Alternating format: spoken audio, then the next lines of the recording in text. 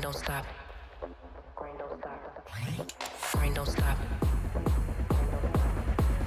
Grind don't stop.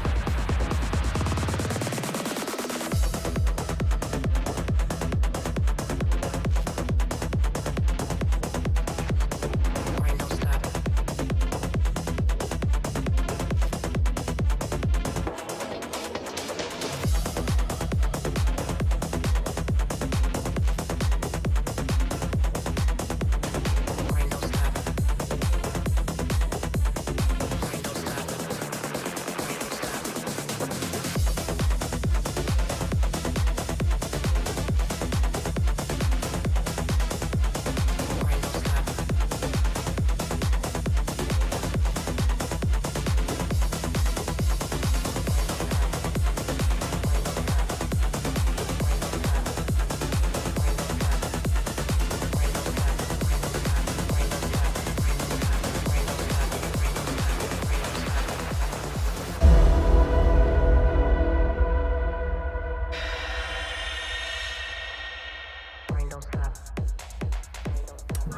Hello, everybody, and welcome to Chewed Gum. We're so excited to be here.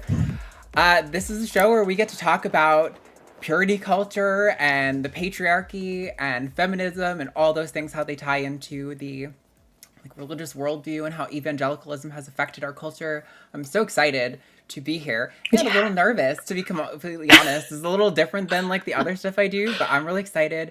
I am Arden Hart. If you don't know me, I host another show here on Thursdays called Takis. And with me today is Stacie. Hey, Stacie, how you doing? Hi, I'm great. Like I was saying to you earlier, I'm so excited to be doing a show with you for the first time. So yes, me too. Yeah. I can't believe we haven't done one together, but this is, I think, a great one to do for the first time. So totally. Yeah. So tell us a little bit about your show and what you do and where the audience can find you and all that good stuff. Yeah, so I co-host a show with my mom called the Stacie's Mom Podcast, and it is basically we both deconverted at the same time without knowing, and so it's cool. Yeah, it's crazy, it's fun, it's amazing, and so it's just talking to other people about their deconversion, and also just it doesn't have to necessarily be all about their deconversion. We've had people like David Fitzgerald on talking about, mythicism. We've had Eve was framed on. So we have talked about her deconversion, but just, lots of great conversations. We recently had a father and his 14-year-old daughter come on and talk about him leaving the church. He was a former pastor. And then she has deconverted as well, but her mom is still in the church. And so we've just had a lot of really great conversations with people. And because my mom and I have deconverted, it was really neat to have another kind of parent-child relationship talk about that as well. So we do those shows live on Mondays at 5 p.m. Pacific. I also had my sister-in-law on recently, ex-Christian Aron, because she and I deconverted. In the last couple of years, and again, didn't know that she had deconverted. So just have a lot of fun talking to people and getting to know each other and just building community, which is super important to me. Totally. So that's what we do. Yeah, no, that totally makes sense. I love that. Mm-hmm. I love that we're at the stage of society, after the stronghold that Christianity has had on, especially North American culture for so long, that we can get to the point where now family members can deconvert at the same time and not know about it and then connect over it. That's such a cool thing that I would have never have thought would be real while growing up, Right? Oh, absolutely. Yeah. So the really neat thing with my sister-in-law and I, we used to go to church together, our families, and it was the last thing that we ever thought would happen. Same with me and my mom, let's be honest. But I actually just got to see my sister-in-law on the weekend, and we haven't seen each other in I think 6 or 7 years in person. So it was amazing to finally reconnect, hug each other, talk, and just be like, how is this our life? How is this happening? And then not only like talk about the old times, talk about now. And we have a lot of the same friends in common just because of YouTube. And it's just, Right. yeah, it's been quite the journey. So Yeah. yeah. Well, that's really cool. I'm definitely curious how Yeah. like I mean I know of Erin, but I'm not like super familiar with Yeah. her story or like what she's been through. So I'm kind of curious how like Yeah. were you guys y'all were at the same church when you were?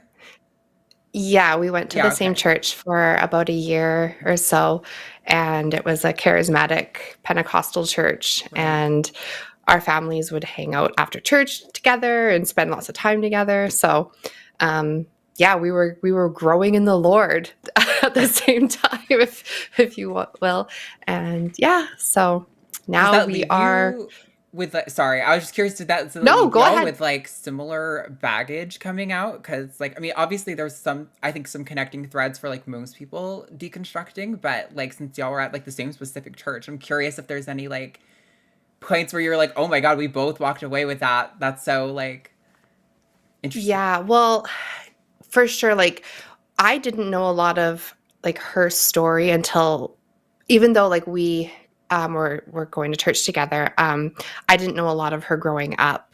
And since she shared a lot of it online, which anyone can go and listen to it, I would highly recommend. But it turns out we had a lot in common. And so purity culture was huge for her and huge for me. So since deconverting, we've talked a lot about this together, and it's mind blowing. It's like, this is not part of what I was planning on like segueing into or anything, but it's perfect for this show. Just how deeply rooted it is in evangelicalism, and hearing her story, I was like, man, like even though she and I didn't talk about this when we were Christians, we both probably could have written each other's stories almost identically, like not completely, but it was like we had so much in common that we didn't even know about then. And so being able to like freely talk about it now, it's like, oh wow, we've walked so many of the same paths together. And so there's just a even stronger common bond Oh, through deconverting. And it's like, we're really like, she's really been there for me, and it's just been like so fantastic to have her kind of walk alongside, like such a close family member. So, but it's, I have found that even with people that I've just met by doing this publicly, and not even just with other creators, like I've really connected with people just who have reached out to me in private messages. And it's like, when you go through something with like, it really is like trauma, oh you yeah. can really, yeah, you make a lot of really nice connections, because you're like, oh, you don't have to go and explain everything in such great detail. It's like, oh, you know what a purity pledge is? Okay, well then, yeah, we get each other. So Right. yeah, it's really, it's crazy. So Yeah, no, that's really cool. I think so I come at this from like a little bit of a different perspective. We kind of talked about it back mhm. before the Yeah. show a little bit, but um like in my church, so my church and my school environment were very like evangelical, fundamentalist, biblically literal, and all that good stuff. Mhm. So we definitely got those messages pushed on us. But for me, my household was not quite so pious. uh, Right. and so certain aspects of that definitely didn't really get enforced. And in, like in particular, sexuality and sex and how that was all policed was um trying to think of how to phrase this in a way that if anyone who knows my family is watching will not be problematic, was like excessively permissive and like at times Okay. kind of like inappropriate. So I think I come at this from Mhm. like a very different angle, but I definitely got the like traditional gender roles for sure. I mean, like the way I've always kind of formulated the thought is that, it was like a little girl growing up in an environment where they were trying to socialize me as a little boy in that like very Right. patriarchal environment. And so I think I carry a lot of the same baggage, just it kind of hits me in a different way. Um, Yeah. So I'm interested to see how these calls are going to like go tonight, and a little nervous to be totally honest, just because like it's a different wheelhouse. I think people are going to have some opinions about, you know, the trans angle being on here, and I don't want the show to become Right. that. I would really like to keep it on topic if we can help it. So Mm-hmm. Yeah. yeah, I'm interested I get. but excited. Yeah, I am too. Just to give like, I mean, if there's calls, we can definitely get to them. But I just to give a bit of like my background coming at this for purity culture. Yeah. Just so I don't know if No, we yeah, talked go. a little Definitely bit, do but it. okay, just because I think it's important to kind of give like a bit of context. So I did grow up in it. Like I grew up in I'm a bit older. I grew up in the 90s with purity culture. So like the late 90s. I grew up reading I Kissed Dating Goodbye by Joshua Harris. So that was like required reading in my youth group. And so I was not the kind of person who was going to like save my first kiss till marriage. Like I was like, absolutely not. I need to know if there's chemistry. Like I have to kiss people, like 100% I have to kiss. So I was down for that. So I kissed a lot, but that was the extent of it. I did sign purity pledges saying I was going to save myself till marriage. I had a lot of guys tell me like, you say you're going to do that until you met me, right? And I was like, no, I mean that. I'm not going to, yeah. And I was like, well, now you've just solidified my decision even more, because what makes you think you're so special? Then when I met my husband, like when we were dating, I was really nervous to tell him my decision because I really liked him a lot. I was 20 when we met. And so it took me like 2 months to tell him into dating, like, hey, by the way, I'm a virgin and I'm staying a virgin until I'm married. And my mom was like, it's been 2 months, Stace. I don't think he's going to be shocked. Like, you've been dating for a long time and you've been like making out, and he hasn't really pressured you. So when I did tell him, his answer was like, well, I'm not going to marry you any faster just because of that. And I was like, no, and I'm not expecting you to. He wasn't a Christian, and I didn't necessarily want to marry a Christian because even though I had saved myself till marriage, I also wanted someone who had experience, Sure. because I didn't want to marry someone who didn't know what they were doing, because I was like, I don't know what I'm doing. So we ended up getting engaged and got married like 2 years after we started dating. So I saved myself for marriage, but we found like ways around that. Sure. Like to still have fun. Cause like I was young, but the weird thing is like when at our wedding, people knew that we were going to be having sex for the very first time. And so that was like really strange because someone went up to the DJ and requested them to play Like a Virgin by Madonna. So it was like everyone knew what we were going to be doing that night. And so again, it's like people know like everything about you. They know it's going to be your first time. So like that's a little strange too, right? Sure. Yeah, that's definitely like a violation of privacy in that way. Yeah.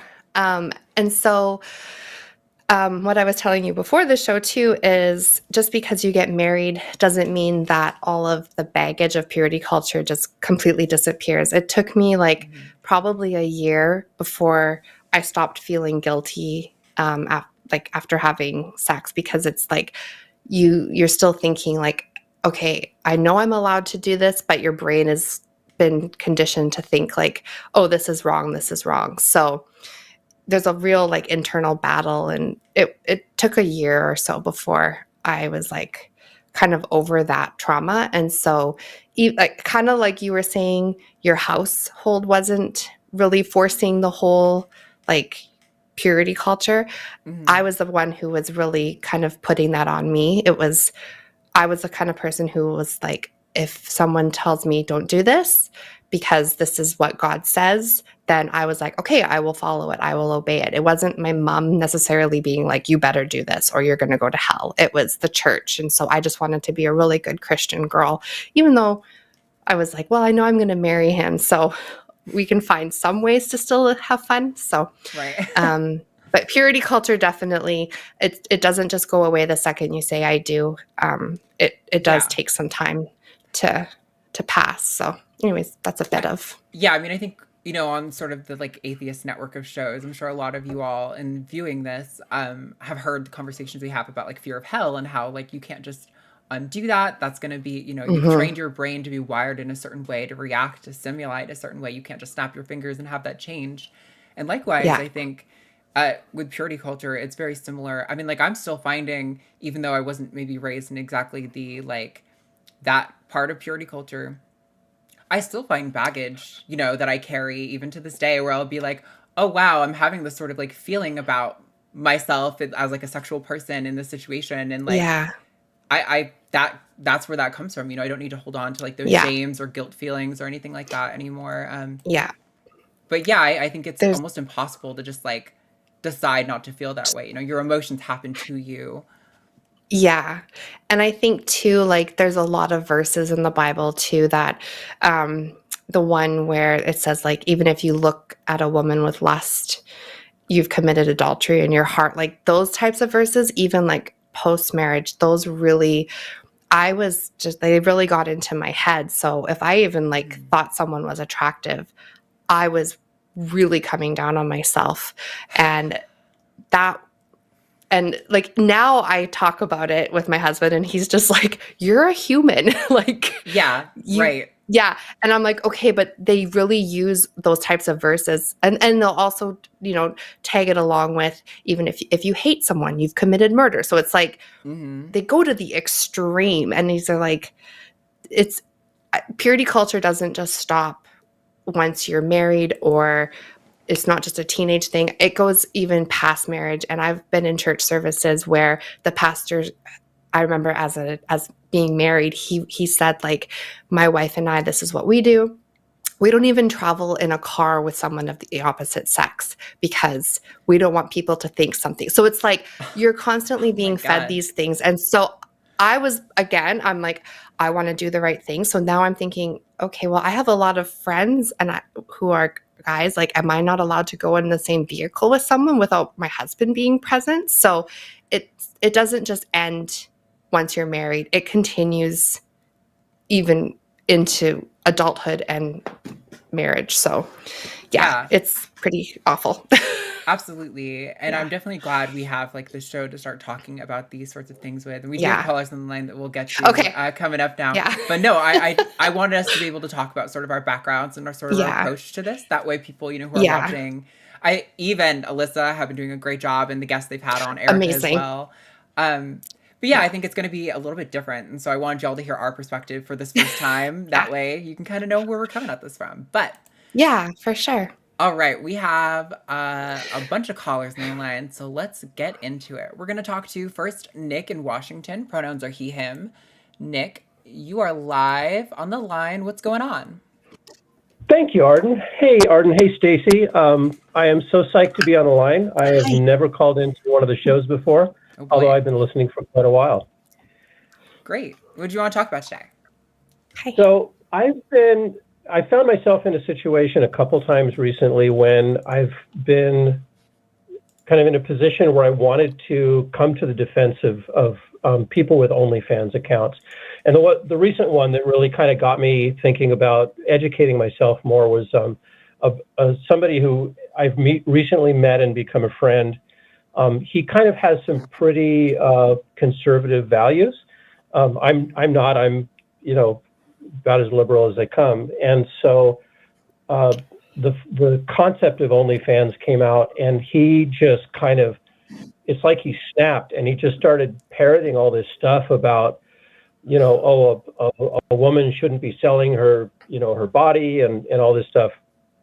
And I realized I was not very well equipped for that conversation.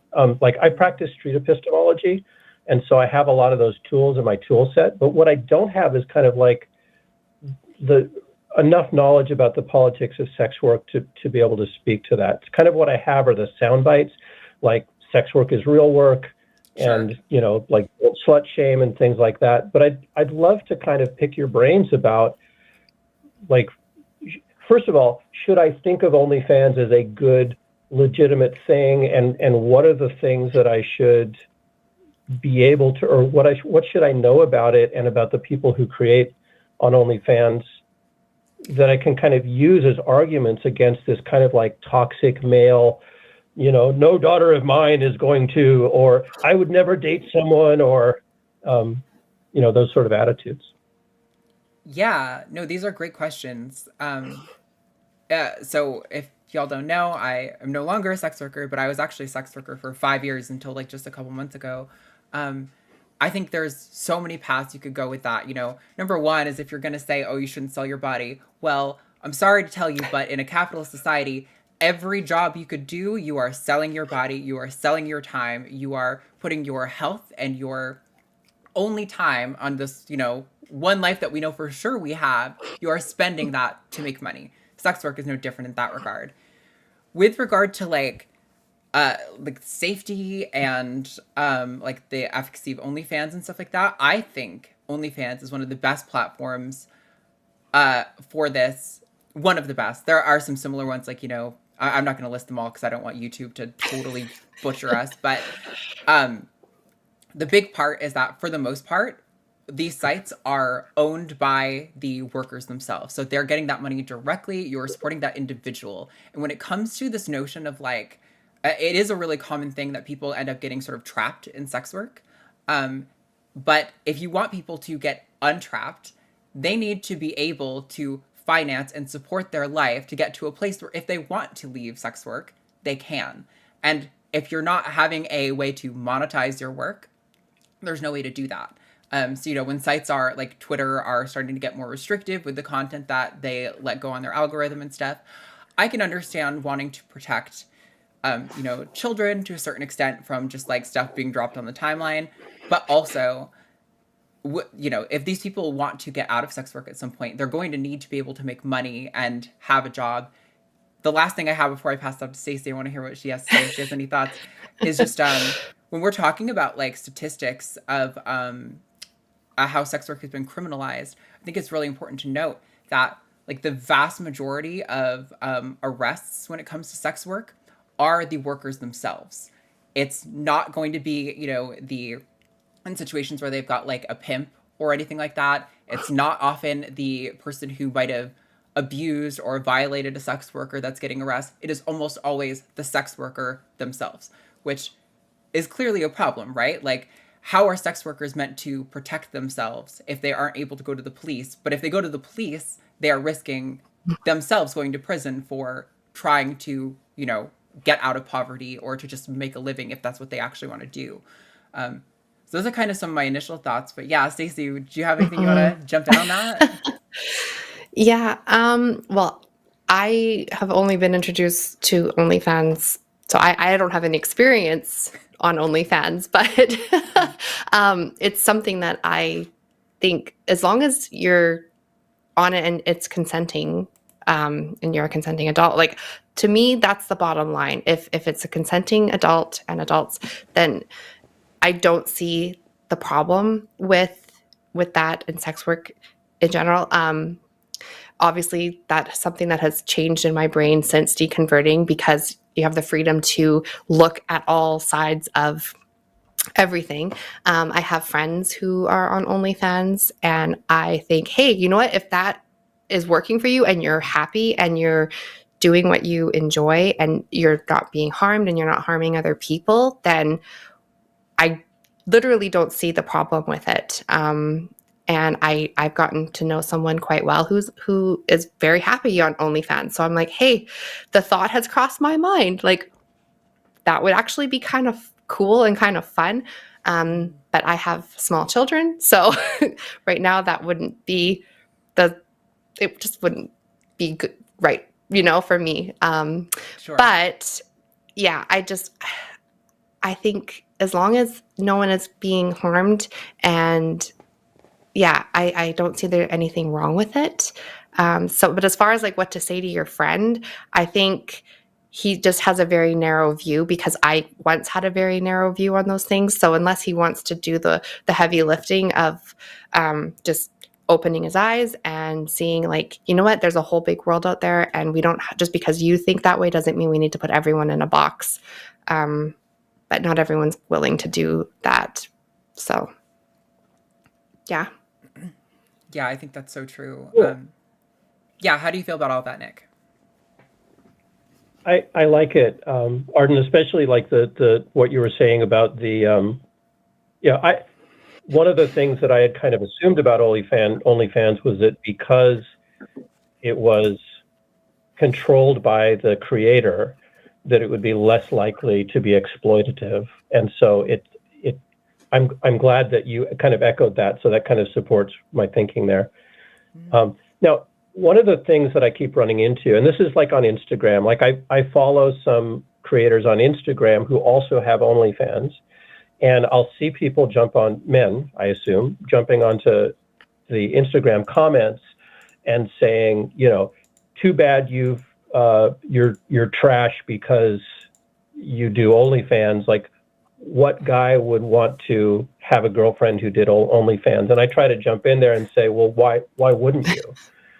Like, what is it to you, right? And people will come back and say, well, wouldn't you?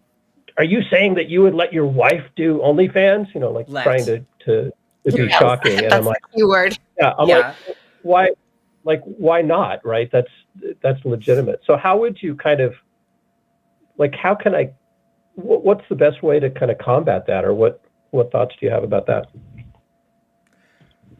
I mean, for me personally, I just don't engage with those kind of, especially online. I just block that stuff and move on with my day, because for me, I know how I feel about myself, and I know how I feel about like what I want to put out into the world, and I don't really care if somebody thinks that, you know, I'm somehow less for engaging in sex work.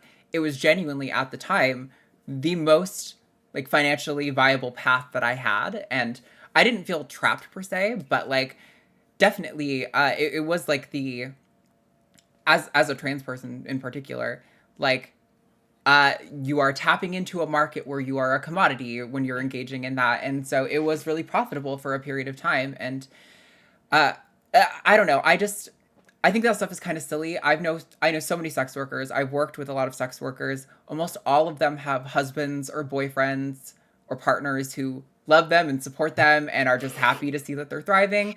Not everyone is wrapped up in this like ball of angry jealousy and like sexual insecurity, where the notion that their partner is like performing is a problem for them. Because really, I don't think it should be viewed, especially for a partner, as much different from like having an actor have an on-screen kiss. Like, because like, now I can't speak for every sex worker. Some people genuinely do like only work with people they're genuinely attracted to, and like they want to film like authentic moments. But in my experience, the vast majority of us are catering to a very particular type of male audience, and it's performance. You want the people who the vast majority of people who are going to consume that content to think that it is just as fun and exciting for you as it is for them. And if they're insecure that you are doing your job, like, okay, well, I'm not going to be financially dependent on you and like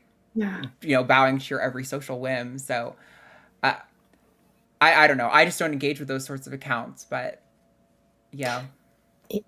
Yeah. And I think too, like those comments online, you're going to get those kinds of comments, I think, no matter what type of account you follow. People are nasty. I don't have an OnlyFans account, but I have gotten some really nasty comments just on my deconstruction account. So, and really hateful messages DM to me. So, and I just ignore them. I don't engage with them. So I think the same goes, like, there's just some really nasty people out there. And I don't necessarily think you're going to change their mind by arguing with them. You're just going to add fuel to their fire. And they're just, you might change the odd person's mind, but most of those people are just trolls and they just enjoy fighting. Yeah, that's so true. One of my favorite things that Eve does on her like accounts is she'll do a lot of responding to like she'll put a comment on blast, and like kind of Oh, go yeah. through it or whatever. And well, I don't like to get into like the weeds of having a back and forth. I do kind of like her Yeah. approach of like I'm gonna have this one message where I put you on blast, and then I'm gonna move on with my day because really this like Yeah. what this random person on the internet thinks about me doesn't impact my life. But so yeah, I don't know. I mean, I think it's important to talk to your friend and to like Hmm. if you really want to maintain a relationship with him, I think it's probably incumbent on you to care about like his values and the things that he thinks and like perpetuates.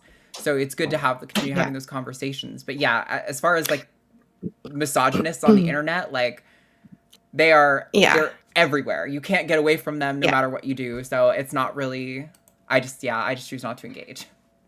Yeah. You probably have a I better tend to think of chance it more having. like Sorry, I tend to pardon? think of it more like like the line shows, right? A lot of the time, like when you see Matt go off on someone, it's not for the benefit of the person you're talking to, but for the people who are watching the conversation. Yeah. And I also think it's just really important to like, evaluate what you want to get out of it and if you think you have the time and energy for it. Like, I don't know. Yeah. What Matt does, it can be great and can be really helpful for converting people. What Eve does, going over these comments is great and can be really helpful for showing people like, wow, like misogyny is still really a problem. I should probably care about this issue.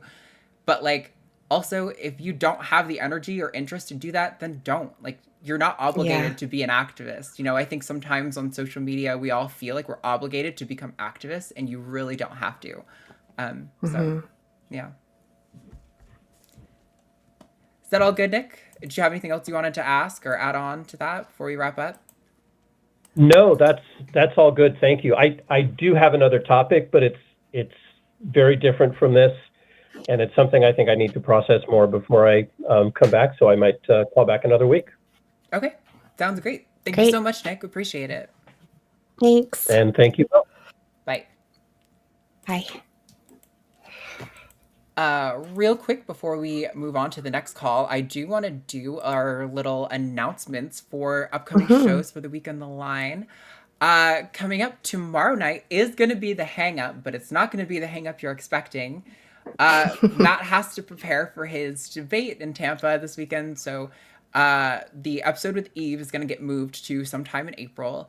And I think it's going to be Jimmy and Forrest, but it's definitely going to be Jimmy. I'm not sure exactly who else is going to be on. So it'll be one of those very rare, not Matt involved hangups. Thursday on Takis, it's going to be myself and Nominal Naomi. If you have any questions or trans topics you want to call in about, that is the place to do that. On Sunday show, it's going to be Jimmy and Matt this Sunday at 2 p.m. Central. On Skep Talk, we don't have anyone worked out. I know we have our availability sheets filled out, but I don't think we've scheduled anyone. But then next week's on Chewed Gum, it's going to be Eve and Alyssa again. So if you can't stand us and you want the OG team, you're just going to have to wait till next week. But until then, we have some more callers. Let's talk to William. Pronouns are they, them in Arkansas. William, you are live on the line. What's Hello. going on? Hi. Hi. Hi, yeah. I'm calling mainly because, I was like the screener said, just want to discuss asexuality and how it's not often discussed or represented in like sex ed and stuff. Even though I feel like it should be because, it's an option that a lot of people end up not knowing about, including asexuals like myself. I've talked to other people who are like, I didn't know this was a thing, so I kind of went through a phase I thought I was bi or pan or whatever, Me too, to be honest. So one of those things where it's just not represented a lot, and I think it's because a lot of people assume amab people are supposed to just want sex, and inherently also, I guess, afab people, but they're not supposed to express it. So, it's just ignored or not discussed at all. And I was going to get thoughts, I guess.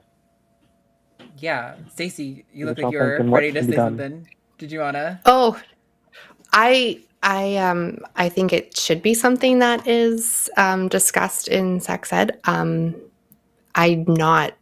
other than just knowing, like, it's someone who doesn't experience sexual attraction, is that, I'm not super familiar with it, which is why it should be talked about um, Exactly. in that setting. Yeah. I feel like without necessarily knowing, but I feel like I've known people who I've wondered because they've just never had any kind of romantic relationship. So, yeah, I think it probably is more common than we realize. And you try to put a label, and you're wondering, like, are they this? Are they that? But maybe they just don't, and like have any. But I'm not that familiar with that orientation, so Sure. I don't know how much to offer in this, and That's fair. I'm sorry. Yeah, That actually also might be an example of the problem too. exactly. That's what I'm saying. Yeah. That's what I mean. And did you grow up in the church, or and did you like? Sort of. Okay. My dad's side of the family and mom's side of the family were different versions of Christianity. My dad's side of the family was Roman Catholic. My mom's side was Southern Baptist and Presbyterian. So Okay. there were kind of conflicts there that occurred to where, according to the divorce decree, my mom and dad directly could not engage in religious talk with us, my brother and myself. Oh. Just because neither one wanted to sort of basically, I guess, impose or offend the other's family, but that didn't stop my aunts from taking me to church, or my grandmother, whatever. So it was one of those things, and I grew up in Arkansas, and I didn't have much of a sex ed sort of thing. I got kind of the basics of sex can do this, blah, blah, blah. But like, I remember all throughout school, especially like junior high and high school, like, I just did not care about the idea of sex at all. I didn't even have like a sexual experience until I was 22 at a convention, and even then it was just, I'll be honest, someone offered to pay for the room if they could have sex with me, and it was $150 a night. I was like, okay, sure, why not? I had a condom. It was okay. It wasn't great. Wasn't bad, I guess. I don't really care that much about it, to be honest. Sure. I think it's interesting. I think you're absolutely right, William, that like, there is an expectation for, and I mean, to be fair, I think the vast majority of people are going to be allosexual or like not asexual. So I can understand why there's like the standard expectation. It is just strange that it's so ingrained that you ought to have sex, and that like, I think it's very similar to how a lot of sexual content and like media around like lesbians early sort of like, in the gay liberation movement was kind of featured around this notion of like, all they need to find is like the right man and get the right dicking, and then they're gonna be at least bi, right? Like, come on. But I think the same impression is applied to asexual people a lot, where it's like, well, you just don't like sex because you haven't found the right person. You haven't had like the I've good heard that sex so many times. And it's really unfortunate. I know I've wondered before if I was like demisexual or whatever, mostly because like for me, like I do see people in the street, I'm like, wow, they're really attractive. So I've kind of ruled it out for that reason alone. But like, I definitely am more of an emotional person. I want to feel like I trust you and I have like a bond with you before like anything like that can move forward. And I understand that. I think unfortunately people are really kind of just made to think that. Actually, I forget the name of the book. I read a great book that went into discussing like the neurological like functions of sex a few years ago, and how a lot of us are raised to think that sex is a drive, much in the way that your sense of hunger is a drive. but it's really not quite the same, because if you don't eat, you die. But if you don't have sex, nothing happens to you, right? It's something you definitely have to have some sort of function to want, because we have to propagate our species, biologically. But like, it's not it's not something that has so much of a hardwired component into it, and yet we do very much treat it. And I think probably the reason is because it permits men to get away with a lot of bullshit sexually that they couldn't otherwise. When they can just blame it on, it was the heat of the moment, or just men have needs, or whatever bullshit argument they can come up with. Yeah, that garbage. Yeah. Interestingly enough, like you said that you have times where you've seen like a person and go, oh, they're good. Not good. You said hot, essentially. Yeah. I remember experiences where I've not necessarily thought someone was hot in like a sexual sense, but like I do have like a body aesthetic I enjoy, but it's more like how you enjoy a sculpture or painting is the best way I can describe it. I was going to say like art, like you can appreciate the beauty in I can appreciate also the work that would go into things like that too, because a lot of times work does go into it. Yeah. But it's essentially almost like seeing a piece of art, and people like the Mona Lisa. They don't want to have sex with it, so it's kind of the same concept. I wouldn't rule it out. The internet is full of weird people. You'd be surprised that you can discover. Fair. But I mean, that's fair. Yeah, William, I'm definitely. I've been down rabbit holes. to your point about what we're teaching in schools and kind of how the patriarchy intersects with that, I definitely think. I don't know what the stats are currently, but I definitely know that my sexual education occurred mostly on the internet. While I don't think she's reliable now, I would credit Lacey Green with doing a lot of the sexual education that I got as a teenager. But like, I totally think that we need to, really start enforcing in-depth, age-appropriate sex education and using the right, like, anatomical language. I think we really fail our kids in so many ways by not teaching them. I mean, I think there's some good stats that show also, like, when you don't teach kids the right body parts and stuff, you make them more susceptible to abuse, because, if they say, like, oh, my uncle touched my cookie, people are like, okay, so fucking what? Doesn't have the same impact, right? Yeah, definitely. I'm in Canada, so I don't know, like, we have from what I can tell, a pretty good sex education program in the province that I'm in.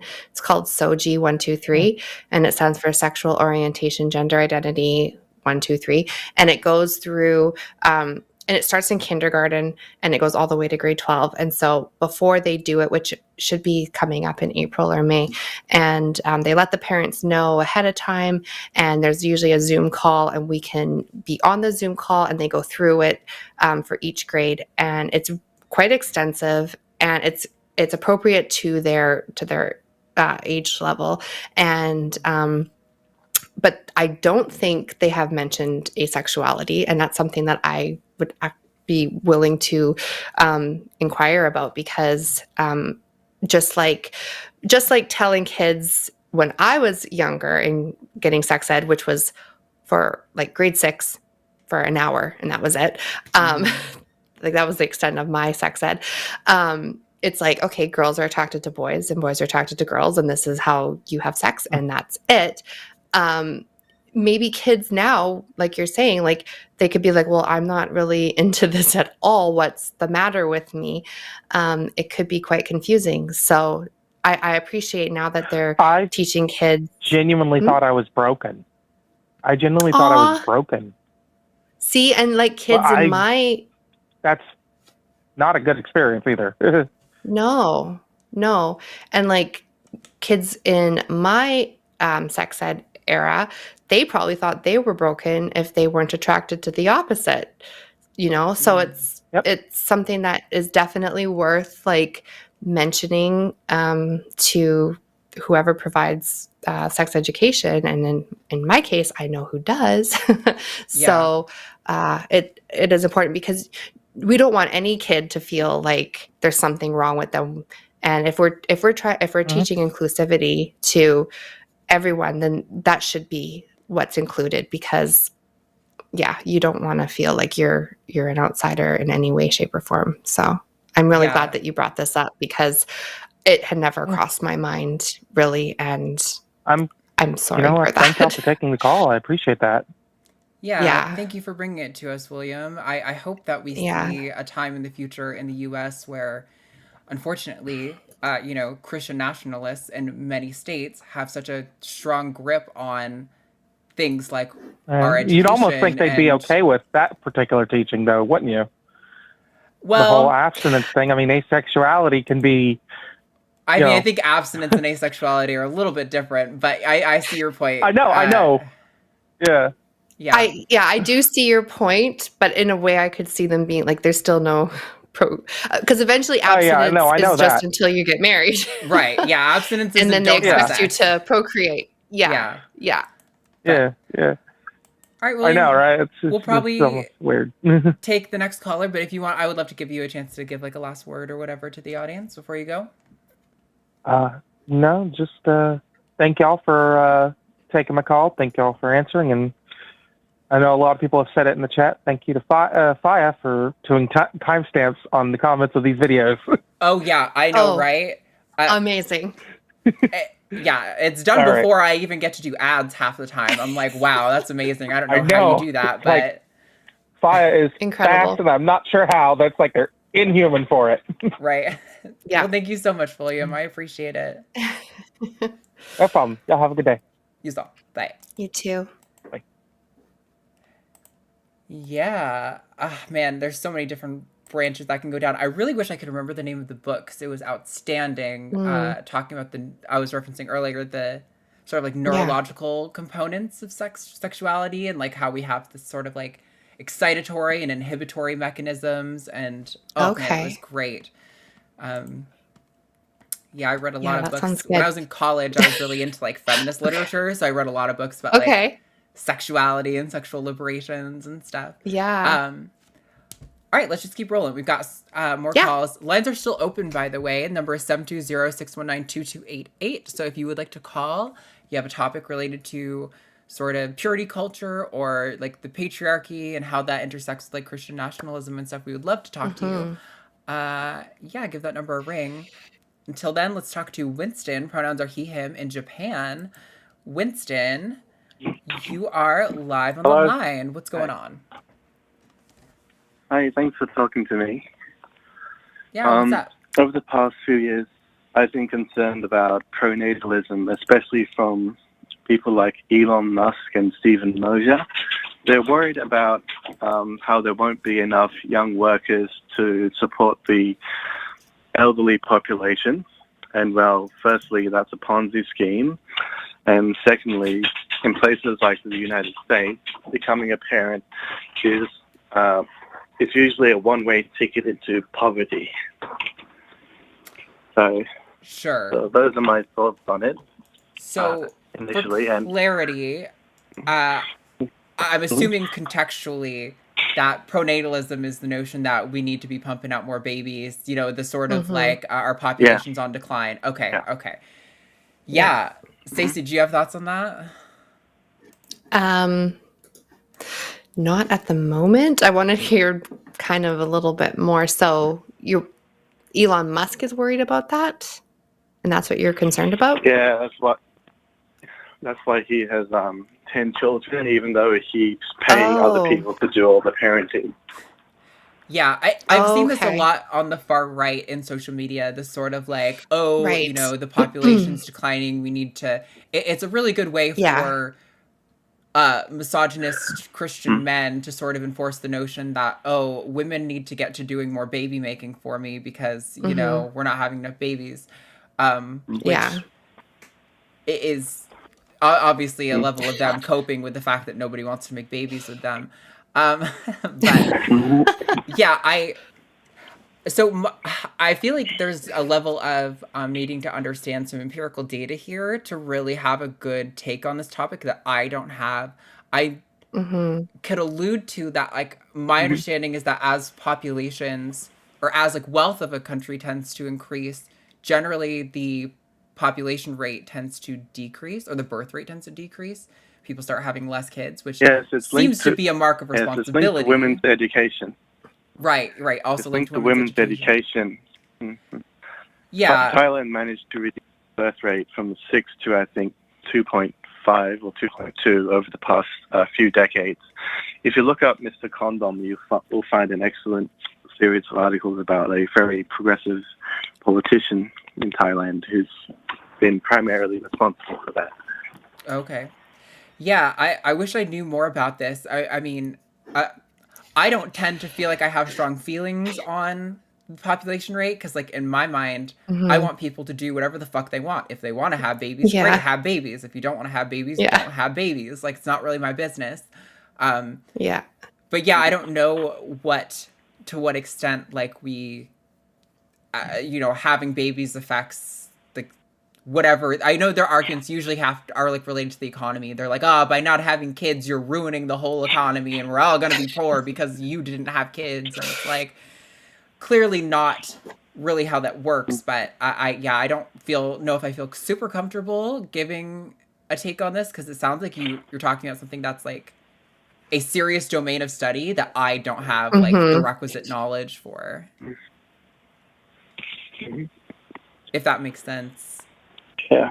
And one of the suggestions I read about increasing the birth rate was to forgive student loans for couples who have 3 or more children.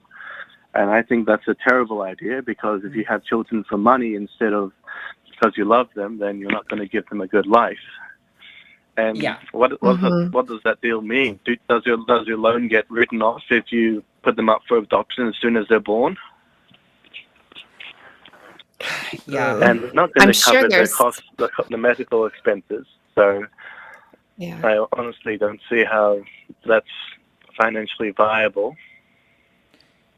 Yeah, I wish I had more to say. I'm hesitant to comment because I don't want to make a claim. I haven't done a lot of research on this. I just I definitely I know that also I've heard the people who push this are also kind of like somewhat into like the great replacement theory kind of bullshit. So definitely, like, I as far as I'm concerned, it's pretty easy to denounce most of the people that I hear pushing this without even referencing this concept. But like, as far as I'm concerned, what matters is that people are happy and healthy. And if the human race dies out because people stop having kids because that's what we all want for ourselves, then frankly, in my opinion, that's what's best. Like, if the human race has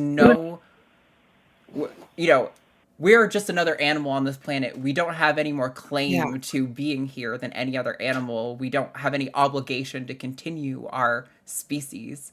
Yeah. Well, and the planet's much more important than the economy, because if we kill ourselves with global warming, then there's not going to be an economy anymore. Yeah, there's no point in making babies if there's no planet to hold them. Yeah, I'm sorry, Winston. I wish I could give you more on this. I feel bad that you've called in and you've waited to get a bit of a sort of half-baked answers, but I don't know if we can contribute much, No, that's all right. But thank you so much for calling in. And maybe in the future, we'll have someone who's maybe more knowledgeable on the sort of topic and could like actually give you a more well-thought response. I'm sure there are stats out there. This sounds like a very empirical sort of like conversation. And it's one that it's not so much an opinion thing. I don't want to opine on something that's like, could be factual and that I would like totally, it sounds like it could be messy. So thank you for understanding. No problem. It's good talking to you. Right. Bye, Winston. Thanks. Have a wonderful day. Oh, I hit you drop too. Right as thank you, Winston. That's okay. Yeah, I don't know how to answer that, to be honest. And I'm definitely not going to like force my, like, you know how we were always like, oh, get married, have babies. And that was expected for sure. I'm telling my kids now, just grow up, be nice people, be kind. If you want to get married, if you want to have a partner, that's great. If you want to have kids, but either way, I'm not going to be expecting grandchildren. Just be nice people and live your life, and that's what I want for them. Because also, it's so bloody expensive to buy a house. I don't expect them to like, I don't know what's going to happen for their life. You know, it's expensive for us to live right now. So how, we don't know what's going to happen. So. Yeah, 100%. Yeah. I always have wanted to have kids eventually, but I mean, like, I can't have my own biological kids, so I'm going to be like adopting at some point, probably. But I mean, like, I'm not going to pretend I know what is in the cards for me in the future. But exactly. Yeah, it is. If people are telling you have to have babies, they're just wrong. You don't have to do anything. No, you don't. And I was having this conversation with my sister-in-law the other day. I was like, you know, like we were told, get married, have kids, but neither of us are putting that pressure on our children. So whatever they want to do. I know my mom really wanted grandkids, but luckily she remarried into a family where she got like 6 grandkids that aren't from me or my siblings. So I'm like, there you go. You got your fix. And neither of us have to have the pressure. Awesome. Yeah. There you go. All right. So up next, we're going to talk to Willa in Arizona. Pronouns are she and they. Willa, nice. You are live on the line. What is going on? Hello. I actually am making a quiche, and I just put my 3 fingers on the burner in the oven. Oh, no. But I'm okay. Don't worry. Oh, my God. ADHD, like really severe. So, but nothing major is popping up right now. That would happen to me, though. If you need to hang up on us for your burnt fingers, by the way, that's totally acceptable. But we would like to hear what you have to say. I think it's okay. Okay. I'm sorry. Hi. Hi. First, I just want to say how, like, genuinely, I'm so excited to get to talk to Arden. So I don't know. I guess I can't speak for everybody, but I'm excited that you're here today. So thank you. Yeah, what's going on? Yes, of course. Okay, so I have been an atheist for about 3 years. It was like the end of, almost like maybe 2.5. It was like the end of 2021. But prior same to that, me, Willa. Same as me. Oh my gosh. Yeah, that's awesome. But before that, I was raised in the Church of Christ, and which is, I don't know how much you know about it, but it's. I've heard of it. Yeah, I'm familiar with the Church of Christ. My church called themselves the Church of Christ, but they did not practice like the standard Church of Christ. We were like some weird non-denominational mix where we like practiced kind of like Pentecostals, but we were also really into the music. So we were a weird hodgepodge. So totally not the standard Church of Christ practice. That's like opposite. Yeah. Yeah. So Church of Christ is so purity culture. That's not what I wanted to ask about today, but it's very like women aren't allowed to talk. If there's like a man in the room, including like an 8-year-old boy who got baptized, that's a man now. Women can't teach their class, can't like pass the communion plate. It was really a lot. But I kind of had started my deconstruction from that as young as like 18, 19, started to go like to a more liberal church.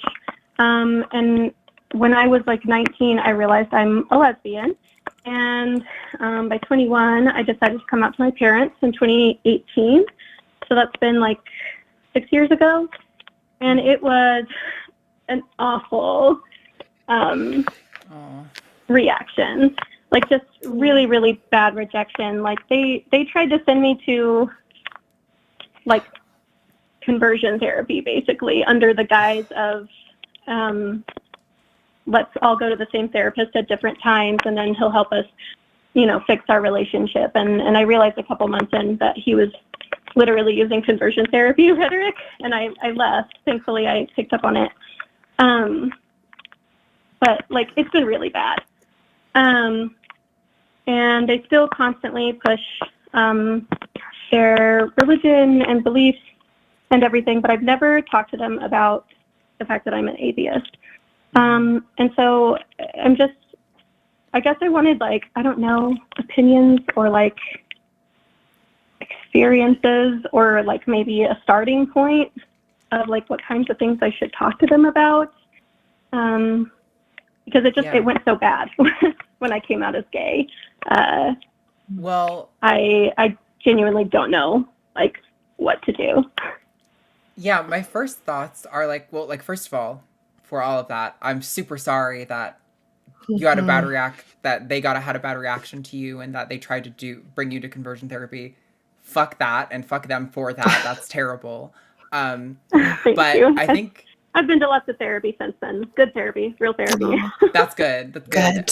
I think, like, the first thing I would want to know is kind of like what your goals are in coming out to them as an atheist, because, like, I can understand, like, not wanting to keep secrets. That's a totally fair thing. Like, I don't even want to have to pretend around you guys, but so I just want to get it out there. But my concern and the reason I'd want to know about your goals is because, at least personally, I spent a significant portion of my time. I also got some pretty harsh rejection from my father's side in coming out, and it's okay. I've actually done a lot of healing now since then, and I'm pretty good off now. But I spent a lot of time after that trying to find, like, the way that I could talk to my dad, and, like, if I could just formulate the words in just the right way, he would have to be like, you're right, you're my kid, I love you, I was wrong, and I made mistakes, and let's move past that. And, like, I wanted that so bad, and I pined for that for years. And eventually I kind of had to accept that my dad is just not that person, and he's never going to be that person. And me begging and pleading for him to be that person was hurting me, and it wasn't budging him an inch.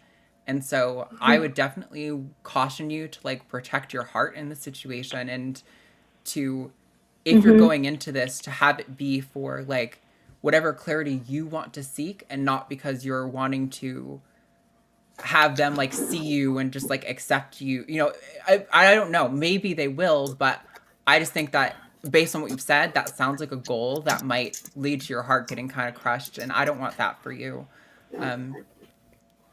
But yeah, I don't know. I would really think long and hard about, like, what you want to get out of it and how you want to approach it. Because I think. Yeah. Oh, sorry. No. Go ahead. Oh, okay. I was just gonna say, I think I actually kind of have had that moment of, like, okay, this really isn't going to change. This is the way that it is. As far as, like, being gay goes, in the last, like, year or two, especially, my mom has gone the other way. Like, growing up, they were never younger creationists. They were, like, older creationists. They were open to, you know, even when I started to sort of believe in evolution, my mom was like, yeah, sure. I mean, just be careful when you talk to atheists, because they'll accuse you of believing in the God of the cats. But anyway, but she has gone full on, like, believes the Earth is 6,000 years old. Just totally down the rabbit hole. So I think I had this realization over Christmas that, like, it's never gonna be that way. It used to hurt me a lot. Some of the things that she would say, like, oh, you're having a hard time, you're feeling sad because you turned away from God or whatever, doesn't really get to me in that way anymore. I think kind of the goal behind it is that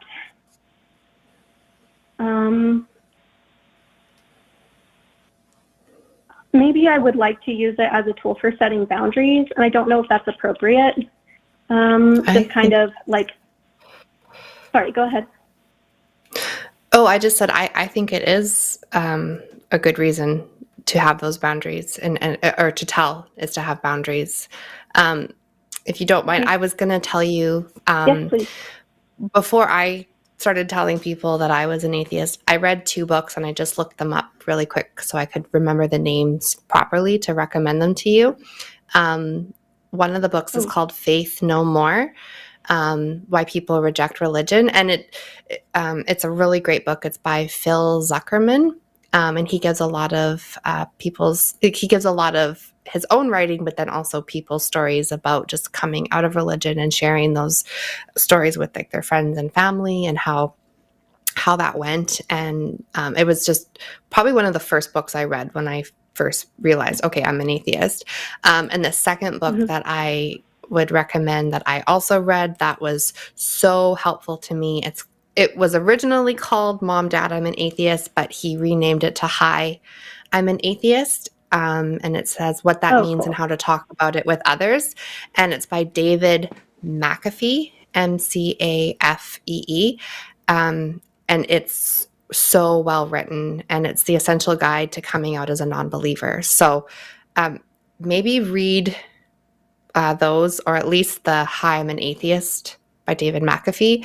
And just kind of take some of those tips, because it's really well written, and that might give you some tools on how to approach that subject in a real sensitive way to them and also to protect you. That's what I would recommend doing. And I just got them at the library, so you might not even have to purchase them. Just take a look. Yeah, my local library has Libby, so maybe it's on there. Oh yeah, it could be. You might be able to start it tonight. Yep, that would be awesome. Yeah, and it was a quick read. Like I read it in like a day and a half or two, and I kept it in my purse, and I would just whip it out and just reference it, because it was such a great book. So yeah. Thank you. I wrote them both down. Faith No More and Hi, I'm an Atheist, right? Yeah, that's correct. Okay. Thank you. Yeah. I just want to Yeah, you're echo welcome. what Stacie said too, that 100%, like, as a matter of like trying to define boundaries and like who you are and what you're comfortable with and what you're not comfortable with. I think that is absolutely the one approach where I would be like, if you want to try to come out to parents who you're anticipating are going to be unaccepting, I think that is the best goal to go into it with, for sure. Definitely laying the ground of like, you know, especially I think as like an adult, healing after that sort of trauma of non-acceptance, I think it's really a powerful move to be like, I will allow you into my life, but these are the terms. And I think that can be a really powerful and healing thing for you. Definitely. Okay. Awesome. Well, thank you. I appreciate it a lot. I had been kind of, I guess, going back and forth if it was even worth trying, but I think a little bit of it too is I think it's going to be a little bit easier to set boundaries around that than it has been around my sexuality, especially because I had a partner kind of tied up in all of it. Still do. Same partner. Thank God. We made, thank goodness. We made it through. And she's amazing. But, you know, I have been protecting my heart for a long time. Like, I don't want, like, they don't know I'm engaged. We've been engaged for like 2 years. Well, congrats to you on that. Yeah. Well, thank you. Sorry, I wasn't trying to be like, you know, look at all this good stuff. You don't need to apologize. Yeah, no apologies necessary. Like, I'm super happy for you that you found it like a person, your person, you know, amidst all of that. Yeah. Well, thanks. But yeah, I think you gave me some good things to think about. Thank you. Yeah, of course. Thanks for calling, Willa. I appreciate it. Absolutely. Okay, I'll let you go. Bye, Willa. I hope your finger is okay. It is. It didn't even, it's just a little red. It's all right. Okay. All right. Bye. Bye. Man, relate so deep. Aw. All right, we have 4 more callers on the line. I think I'm probably going to close the line, so there will be no new callers. But if you're waiting on the line, we're going to get to all of you, and that'll probably be a good length show. Also, that means if our call screener's listening, thank you, Jess, by the way, our call screener, Jess from Canada. Thank you so much. We really appreciate you. Great calls today. Yeah, if you absolutely need to go, that's probably cool now. So let's take up next Michael in Missouri. Pronouns are he, him. Wants to talk about some lingering beliefs. Michael, you are live on the line. What's going on? Hi, Arden. Hi, Stacie. Thanks for having me on. Yeah. Hi. Tell us about your situation. What's going on? Yeah, so I was just curious. how you guys might recommend moving past certain beliefs that are rooted in purity culture, or if it's worth it. Would you like me to specify maybe one that I'm still holding? Probably would help. Yeah, that'd be great. Okay. Yeah, so I guess with this one, I'm kind of trying to figure out, it's like, am I being judgmental by holding this belief, or am I simply having a preference? And there's nothing wrong with it. But as far as, purity, that's something that I tend to value in a partner. And I worry that if I meet somebody who has a past, I worry that maybe I'm missing out on an opportunity because that's something that is interfering with the way that I feel about that relationship or that person. So, yeah, and I mean, I don't think that there's anything wrong with people having experience. Just for me, whenever I'm looking for a serious partner, that's something that kind of gets in the way. And I think maybe it would be better if that was a belief that I didn't hold. I'm not sure. What do you guys think? So, like with them having past sexual experiences, that's something that's holding you back from wanting to pursue like a romantic relationship with them? Is that what you're getting at? Potentially. Like, if, for example, I met somebody and we had really good chemistry, if I found out that they had, a long past, or they had been with a lot of people, that would sort of cause me to, kind of feel hesitant about pursuing that relationship. And I don't know if that's good or if it's neutral. I think that's just baggage from purity culture. That's how I think. Are you, like, could we ask a bit about your, like, you don't have to tell us your exact history, but like, are you divorced? Are you someone, like, have you had experiences yourself? Like, you don't have to give us a number, but do you have a history? Because if you do, then I would say that it shouldn't be like, it's okay for me, but not for you. Mm. You know what I mean? Yeah, no, and that's a great question. Yeah, so just to answer that question, I am divorced, and my ex was the only person that I had been with. Okay. Even though I'm an atheist, I grew up in the church, and so I grew up with a lot of beliefs about having one lifetime partner. And honestly, even still, I think that's an appealing idea. There's something romantic about having that special connection. And so keep in mind as well, with this, it also sort of scales. Like, the more numbers that are in the equation for the other person, it's not like a black or white, like, if you're not a virgin, then I can't be with you, but it is sort of a sliding scale. But yeah, to answer your question, yes, I have been with one person, and that was my ex. Right. Okay. Yeah, I think it's definitely left over from purity culture. Again, I'm married to the one person I've been with my whole life, and I've deconverted since getting married and stuff. I don't think that, I think I've, even though I'm happily married, I think I've deconstructed purity culture enough that heaven forbid, but I don't think I would carry that into if anything were to happen. So I feel like you should probably deconstruct purity culture some more, because it's really not that big of a deal. Like, sex is such a natural thing, and that's something that the church has had such a huge control over people's life, to keep you like in the church and to control you.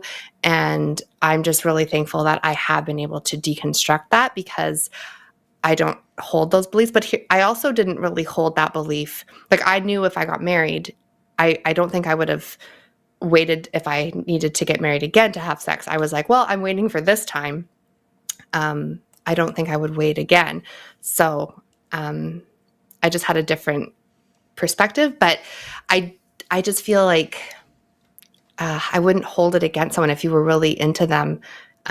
They didn't know they were going to meet you, and you didn't know you were going to meet them. So it's like, you can't really hold someone's past against them. So yeah, I think you should do some deep diving into purity culture. I think the Go problem ahead, that Arden. I see with it is like, I don't know what you expect like if you're saying, like, you meet this girl, you go on a couple of dates and you're like, wow, I'm just like Stacie, you're just saying, I'm so into her. I think she could really be like maybe the next person for me or whatever.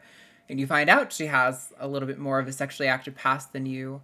Like, what is it that you think that says about you or her?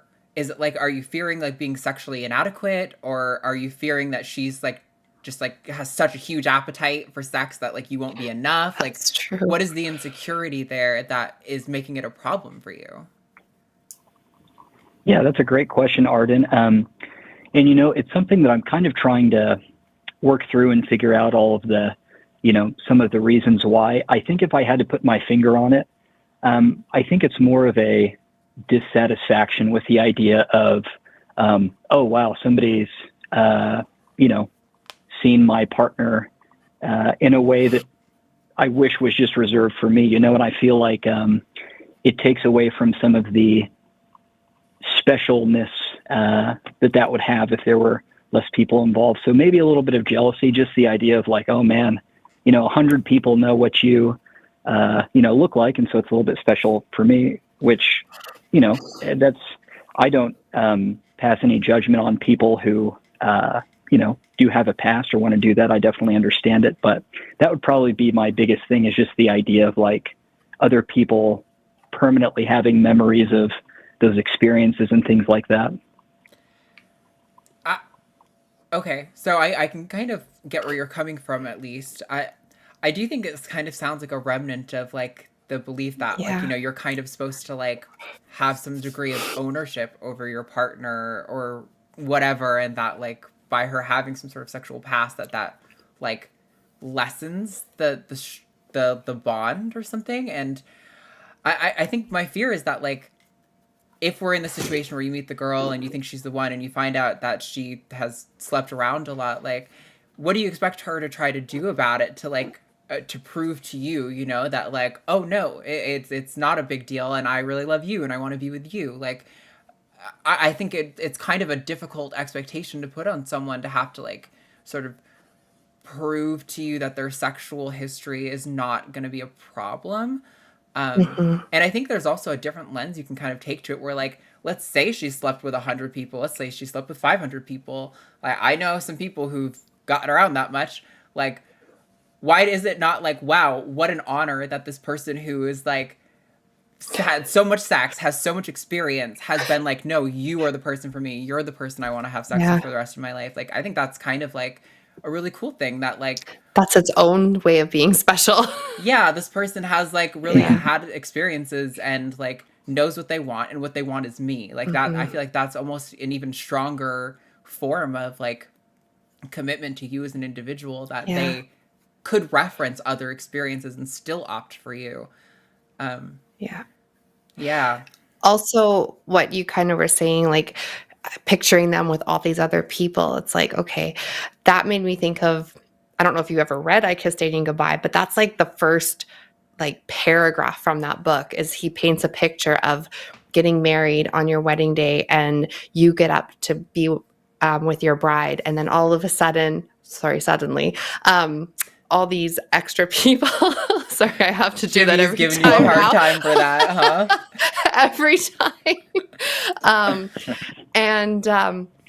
So like the bride gets up, and then all of these men get up and are taking the vows with them. And it paints this picture that it's like, you've invited all these other people into your marriage because that's who you've had sex with. And it's like, that's exactly why this show exists, is to just break down that idea that sex is not like that. Sex is, you haven't invited all these people into your marriage or into your relationship just because you once had sex with them. Like, so I was a virgin. My husband was not. His past has not affected our bond or our relationship or our connection or our sex life in any way, shape, or form. And it never did from day one. And we've been married 18 years this August. So Congrats. I can tell you right there. Thank you. And so right there, that just proves that what the church told us, or told me, is a all out lie, because we've had a great relationship and we've had a great sex life. So just because he had a past, I never let that affect our relationship. And I never was like, oh my God, all these other women have seen you naked. So I would just really try to to put that out of your head as much as you can, and just realize if you have something special with someone, that's great. You have something special with someone. And like Arden was saying, the fact that they would choose to be like, okay, I can have sex with anyone I want, but I want to be with you, then that's amazing right there. So again, deconstruct purity culture as much as you can, because it is so messed up. And like I was saying, I don't know if you heard the beginning of the show, but for a while there, purity culture did seep into the beginning of my marriage, and I had to kind of work through that. Now you're out of a marriage and you're going to have to work through that aspect of purity culture as an atheist. And there's always stuff to deconstruct, I feel, as you go through life and coming out of religion. So this is just that next step for you, and you'll get through it if you take the right avenue. But I think calling the show is your first step. But yeah. I do want to let you respond, Michael. The only thing I want to add is that, obviously on Transatlantic, we have lots of conversations about dating and trans people, and this kind of echoes a sentiment that I've had to give a lot there, which is that I am a firm believer that you can date or refuse to date anyone at any time for any reason whatsoever. If you don't want to be with someone because of their sexual past, I think that's something that you should say, I'm not going to be with you for your sexual past, because it's not fair to the other person that they would, have to try to appeal to you or try to prove to you that they're good enough or anything like that. But I do think it's really important that, just from the sounds of where the stuff is kind of coming from and where the motivations are, that I think it would be, you will have a more satisfying and stronger, long-lasting relationship if you try to sort of deconstruct some of these ideas and where they're coming from, and where those insecurities are, or how they're influencing things. And try to just kind of show up for that person, wherever they are and wherever you are. Okay. Yeah, and thank you both for your perspective on that. Stacie, I'll check out that book. It was called I Kissed Dating Goodbye. Is that correct? Oh, yeah. I don't recommend it. Oh, okay. I'm just saying. I apologize. I thought you were saying you do recommend that book. No, I'm just saying Okay. It reminds me, what you were saying reminds me of that book. Joshua Harris wrote it back in the 90s, and he has since apologized for it, and he is now an atheist. It screwed a lot of people up. So please do not read it. Okay. Or read it and see all the flaws. Well, I'm glad that I... Yeah, right. I'm glad. Yeah. Yeah. Okay, well, glad you definitely clarified. noted there. I'm glad that I clarified on that. Yeah.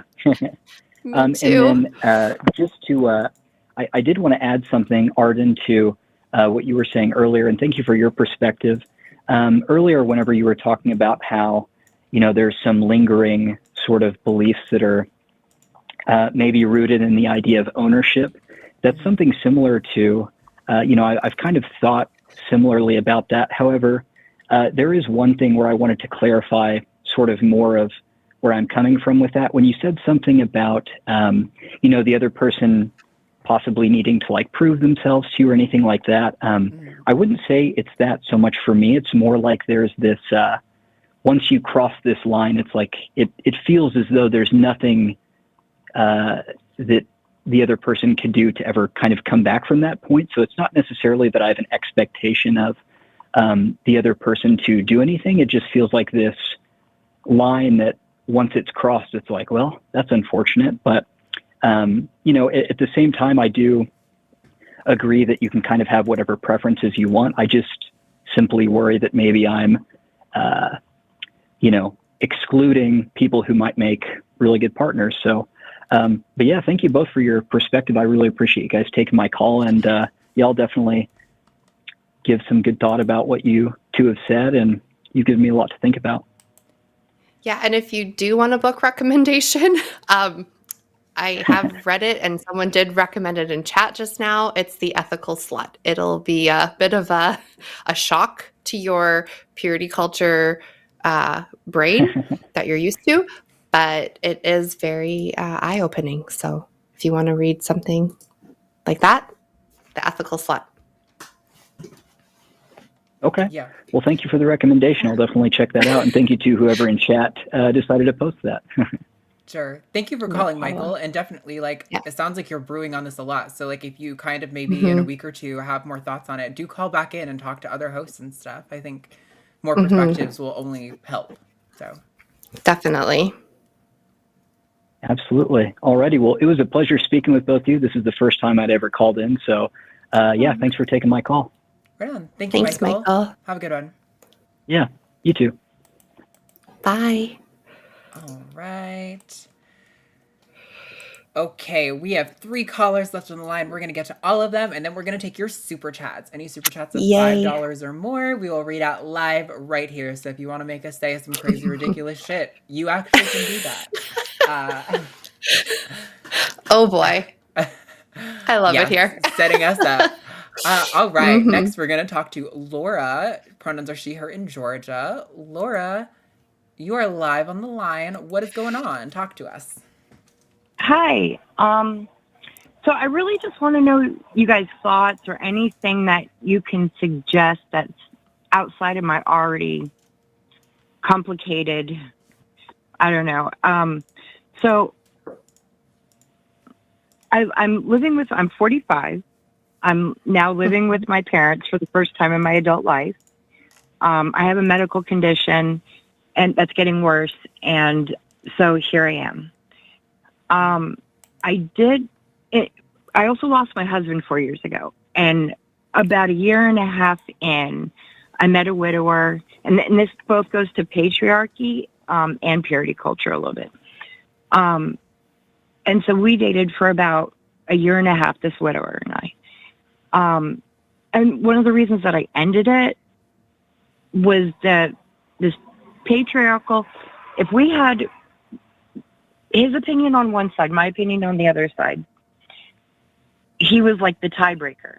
I don't think he ever broke the tie in my favor. So I didn't think that was like a really great tiebreak. He didn't do a good job as a tiebreaker.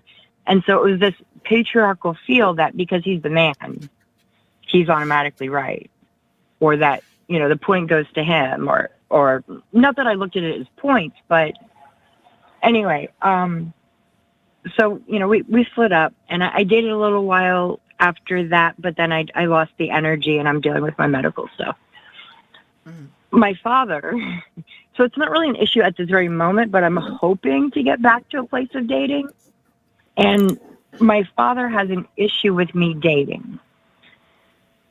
He and my mother want, like, if I meet someone on Bumble, we talk for a little bit, and then I think, okay, I'm comfortable enough to meet you in person. My parents want to meet the person, and that's a lot of pressure for a first date. I don't want to do that. Yeah. And, you know, it's not that it's an issue right this second, but I'm hoping to get back to there. And I was maybe 6 months into seeing the widower when we decided to take a trip, and my dad was like, well, how much is your room going to cost? And I'm like, well, no, we're sharing a room. And he's like, you're going to sleep in the same bed? It was my gosh. And I'm 45, right? Yeah. I've already been married. I've had 2 children. I've had a hysterectomy. So there's no, you know, but for him, it's a purity thing. And even though I saved myself for my first marriage, which didn't work out, you know, it's like, I don't understand what is the leftover of this. And, you know, how can I be an adult while in that situation?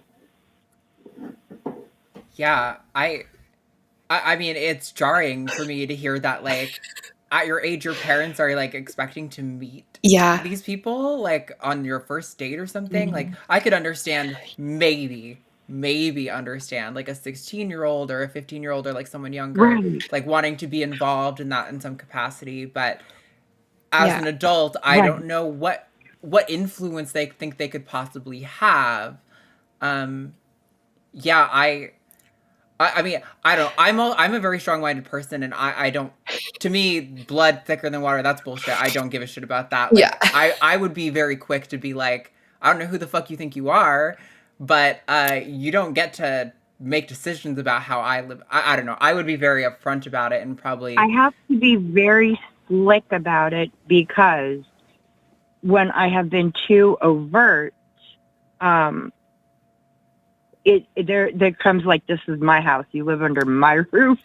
Well, that's what I was wondering. Do they, if you weren't living there, would they be saying this? Because I highly doubt it. Do they feel like they have some sort of like authority to ask you about all this just because you happen to be living at their house right now?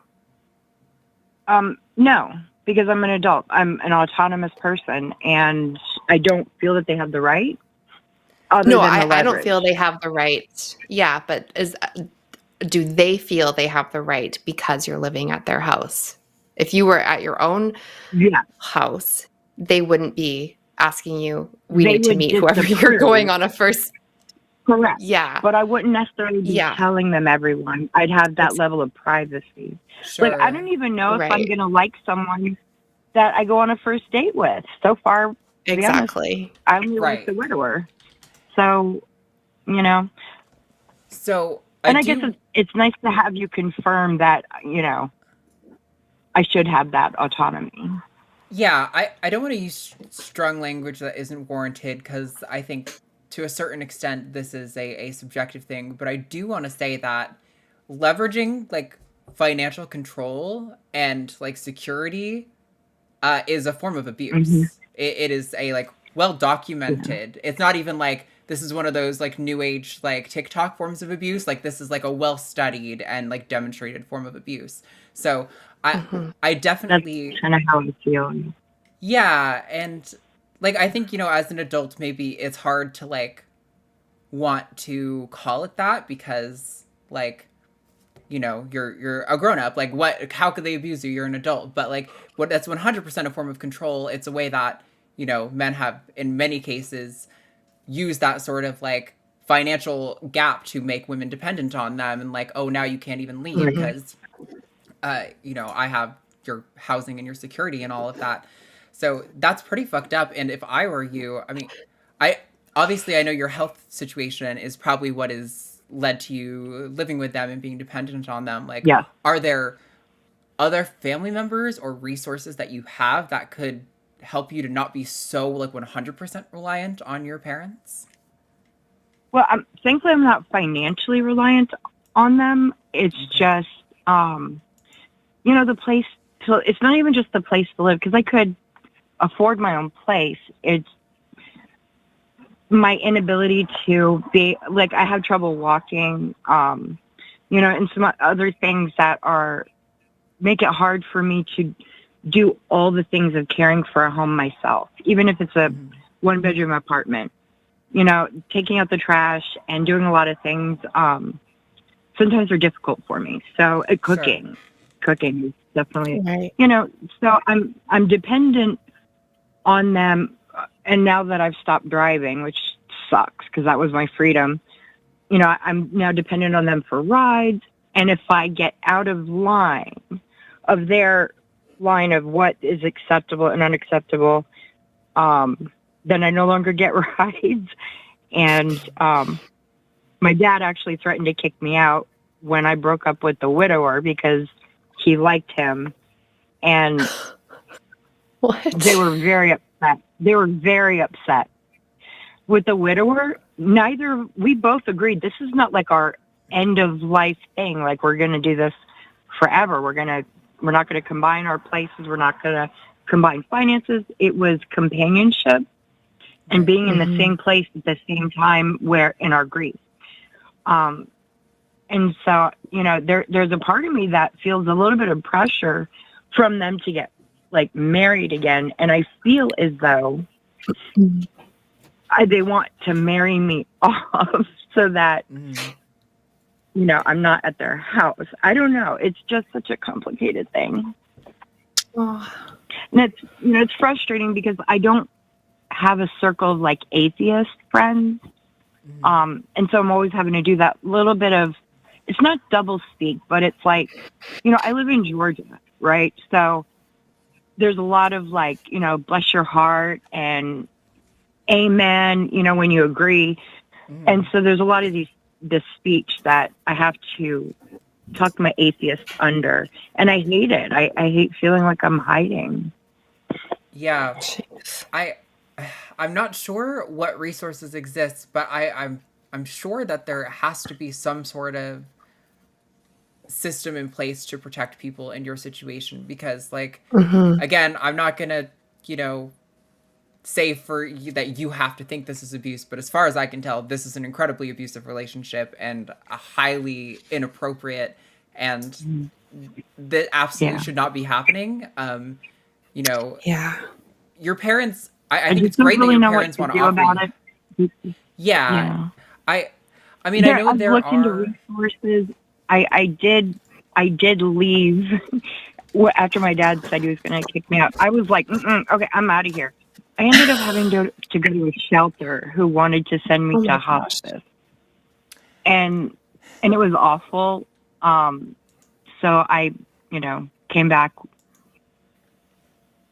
not with my tail between my legs, but, and I do know that it is abusive and coercive. But I also feel a little bit entitled because some people don't have anybody. Some people end up in hospice because they have no one. If my late husband, if we had, worked together, he would have probably been in a facility instead of me, doing in-home hospice. And I guess I'm also jealous a little bit that he got to have that experience of dying well, dying in peace with love. And I made sure he knew it every second. But, in this situation, I guess I feel such fear because everything is always so unsteady. I don't know when I'm going to step out of line. Yeah. That's not good. I wish I knew My better heart really races for breaks. you. Yeah. Like 100%, if you're looking for like, you're not crazy. The situation is fucked up and you definitely deserve a lot better. It's really unfortunate that hospice care and like, assisted living facilities can be so problematic, and sometimes they don't necessarily have the best care, and sometimes it's like really uncomfortable. Because I'm inclined to say that I don't know what options would be better for you other than something like that, but I also totally respect not being comfortable with that. It just seems like you are stuck between a bit of a rock and a hard place, and I'm really sorry for you. That is the situation, unfortunately. It's not that things can't get better. And if they wanted to send me to hospice once my brain gets super mushy, what am I going to know? But it's like while my brain is still active, I'd almost rather be on the street than in hospice. I don't know. That's so crazy. But no, it's my situation, and it'll work out or it won't. I'm coming to multiple levels of terms of acceptance. It's just nice to hear you say that I'm not and not that my whole situation, or if I really am like annoying or No, you're not annoying.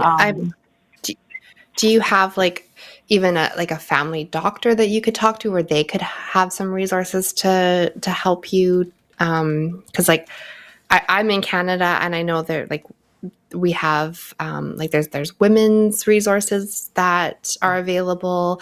I don't know what you have, but there's a lot of different options where I live, where you can go and talk to someone. They might be able to give you the next step of where to go. Like we have a women's hospital that's not just for medical things. There's a whole like plethora of things available that they would be able to get you in touch with the right person that could possibly like help you get out of this situation.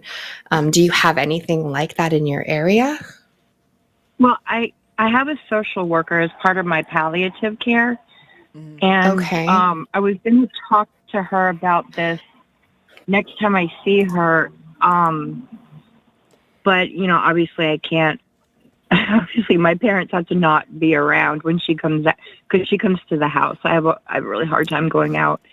And I thought about talking to her about it. I'm so scared because it's like all the resources that I've looked into. I have like hospice. Yes. Okay. I turned my nose up at hospice. I turned my nose up at the shelter. And it feels almost snobby because I know so many people in my area are struggling with a place to live. Shelters are like full, beyond full, and resources are tapped. And, this is Georgia. I mean, I live close to Atlanta, and you would think there'd be a lot, and there isn't. Yeah, I if you haven't brought this up to your social worker, I would 100% do that. And I don't know. It's literally that person's job to make your life and your care, as good as they can, given the resources that are available to them. And I realize that a lot of these state agencies, I worked for one for years, are limited sometimes, and not every social worker in these facilities in these agencies are necessarily the most motivated to do their job well. So I hope you have a good social worker, but I think that's probably the best place to start. I feel really bad letting you go from this, Laura, without giving you some resources, but I genuinely don't know. You've done for me. You confirmed what I think, and that I'm not necessarily just an ungrateful person. No, not at all. Because I feel like the gaslighting gets me sometimes. And so that's most of anything that you've given to me is like, I'm not crazy and I'm not ungrateful, that this is the situation is crazy. Yeah, the situation is definitely crazy, for sure. Right. Well, thank you so much for talking to me. I'll let you guys go and get to some other people. Okay, well, thank you, Laura. Good luck, and I really wish you the best. I hope you're able to talk to your social worker and find out an alternative solution that's more tenable long term. I will do that. Definitely. Thank you so much. Right, you guys take care. You too, Laura. You too, Bye-bye. Laura. That's a hard one. It's difficult because normally when people call in with problems related to atheism and stuff, we have recovering from religion and things like that. We can point them to. When it's a situation like this, outside of a social worker, I really don't know what resources to give. I know.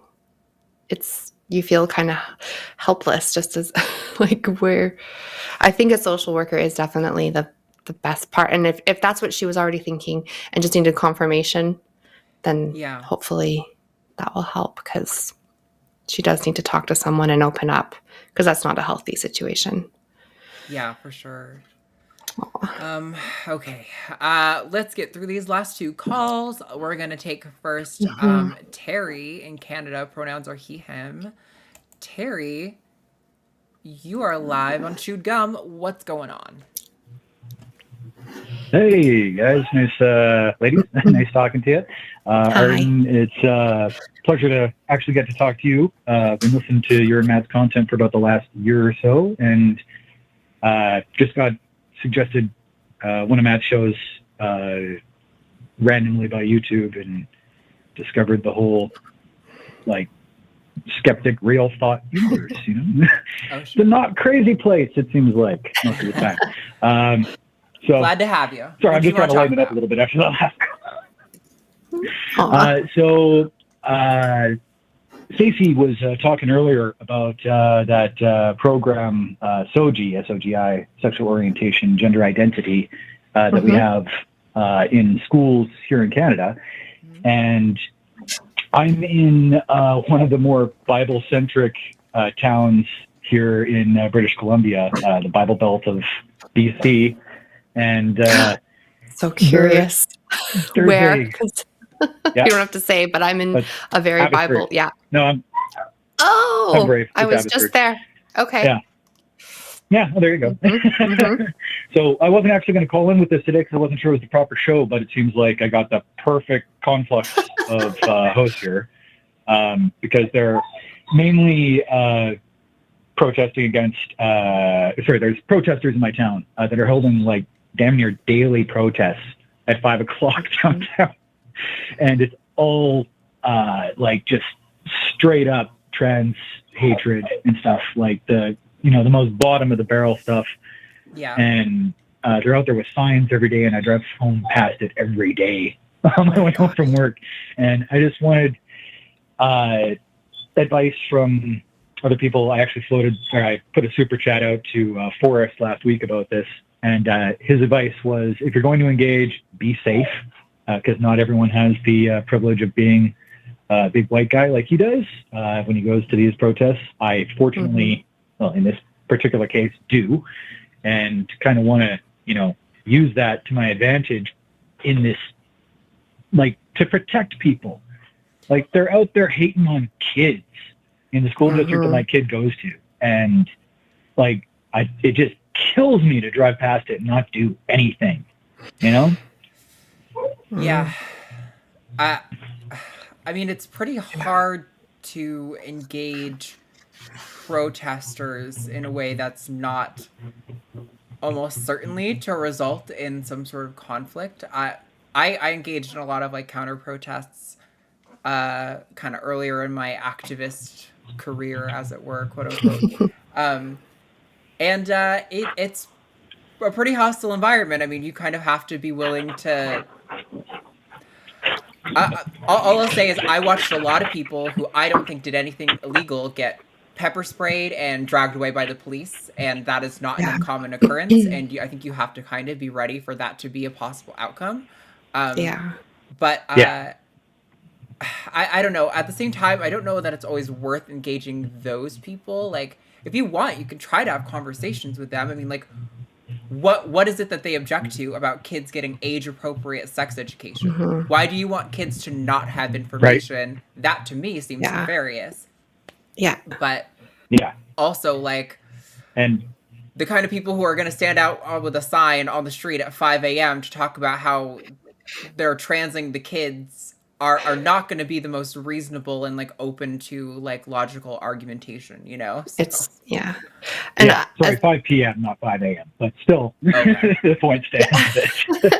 I also don't think that they know anything about Soji, because when I was still a Christian, when I was still a Christian and Soji was being introduced, I was finding out about it from really wacky Christians who were opposed to it. And I was being told how horrible of a program it was. And I was getting fed really awful misinformation. And I was like, what are they teaching our children? So I was not getting the proper information. So they are not being told what it actually is. So when our kids were being taught Soji for the first time in public school a couple of years ago, I was like, this is not anything like what Laurel and Tyler Thompson, who I'm sure you know of, has been saying it is about, right? Like, she's like one of the biggest activists against it, and like in NBC, and it's nothing like it. So if they actually did the hard work and heavy lifting in looking into what Soji is, it is just a really good comprehensive sex education. And I think just by the name sexual orientation, gender identity, right there, they're like, oh my God, they're indoctrinating our children. There's a whole agenda. And it is not. I get all the emails still because I've signed up for them, and it's a great program.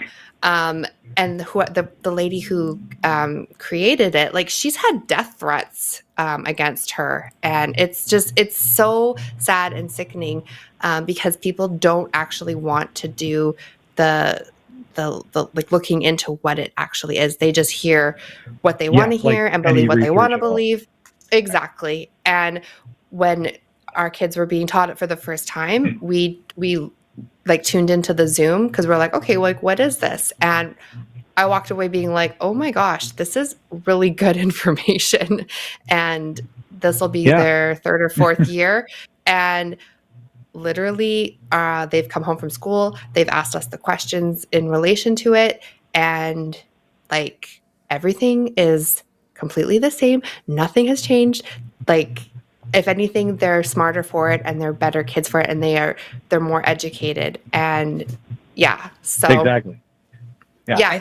And it seems to be that, sorry, didn't mean to cut you off. It seems to be like from the content of their signs and from a lot of the same kind of people that I've interacted with in some of the scuzzier local Facebook groups that the Soji thing seems to be like the actual program seems to be a legitimate thing that people with little understanding about it can point to be like, see, that's an actual thing that they're doing to, as you say, trans to kids, right? Like this is the actual program, the manifestation of it. And it just shows that they know nothing at all about it. Like it's mostly a set of tools for the teachers to address these conversations with students so that they don't have these misunderstandings and so that they don't have exactly what that previous caller was talking about with being, was it asexual? Asexual, that they just introduce these ideas to kids that they are a thing neutrally, just like, everything else is a thing, right? I think, and people think it has this hell-bent agenda to it. Sometimes it can help to, my approach is always like talking about data.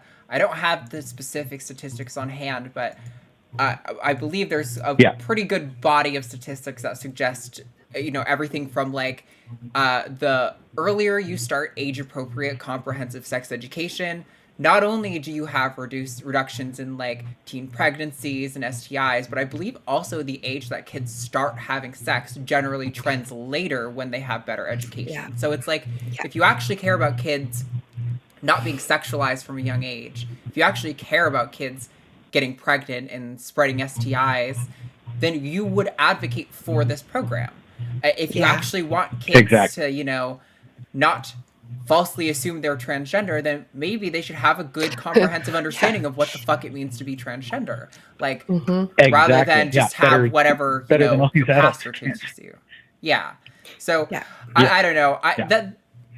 It's difficult. I don't know if I would actually recommend that you engage like protesters on this, but it can be helpful to start having these conversations with people in your life. Just like, hey, like, have you seen these protesters? Like, isn't that so crazy? And, if they think they're justified, then you can kind of, maybe that can be your foot in the door to start having that educational conversation rather than maybe engaging people who are the most derailed. I think there can be a benefit to talking to those people, but it's unfortunately in a way where you're kind of mocking them for public views and things. Like there can be a time where it's good to engage these radically insane people when you're going to be like, look at how this person responds to facts and information. Yeah. See how that is. You don't want to be that person. Like that's kind of a lot of the stuff we do here on like these call-in shows is a lot of like, we're not always trying to engage the caller. We're trying to engage the, non-resistant non-believers in the audience who are like, oh, I don't want to look like that.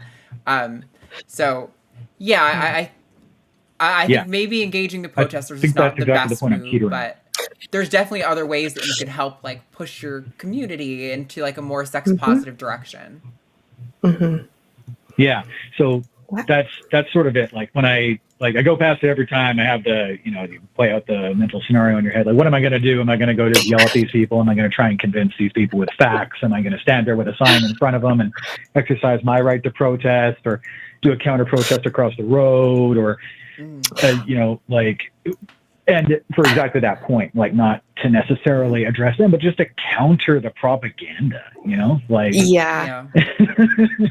I was going to tell you really quick too. There's a one gentleman in the small town that I live in BC. They're still having weekly protests against the COVID and the vaccine and everything. Like every Saturday they have a protest on this one street corner. We're like, really? Like, give it up. But there's one guy who will stand on the opposite corner and have his own little like counter protest, like read the facts. Like he and I like him. He's great. But last spring or summer, he ended up, I think he crossed the road and kind of went over to talk to them.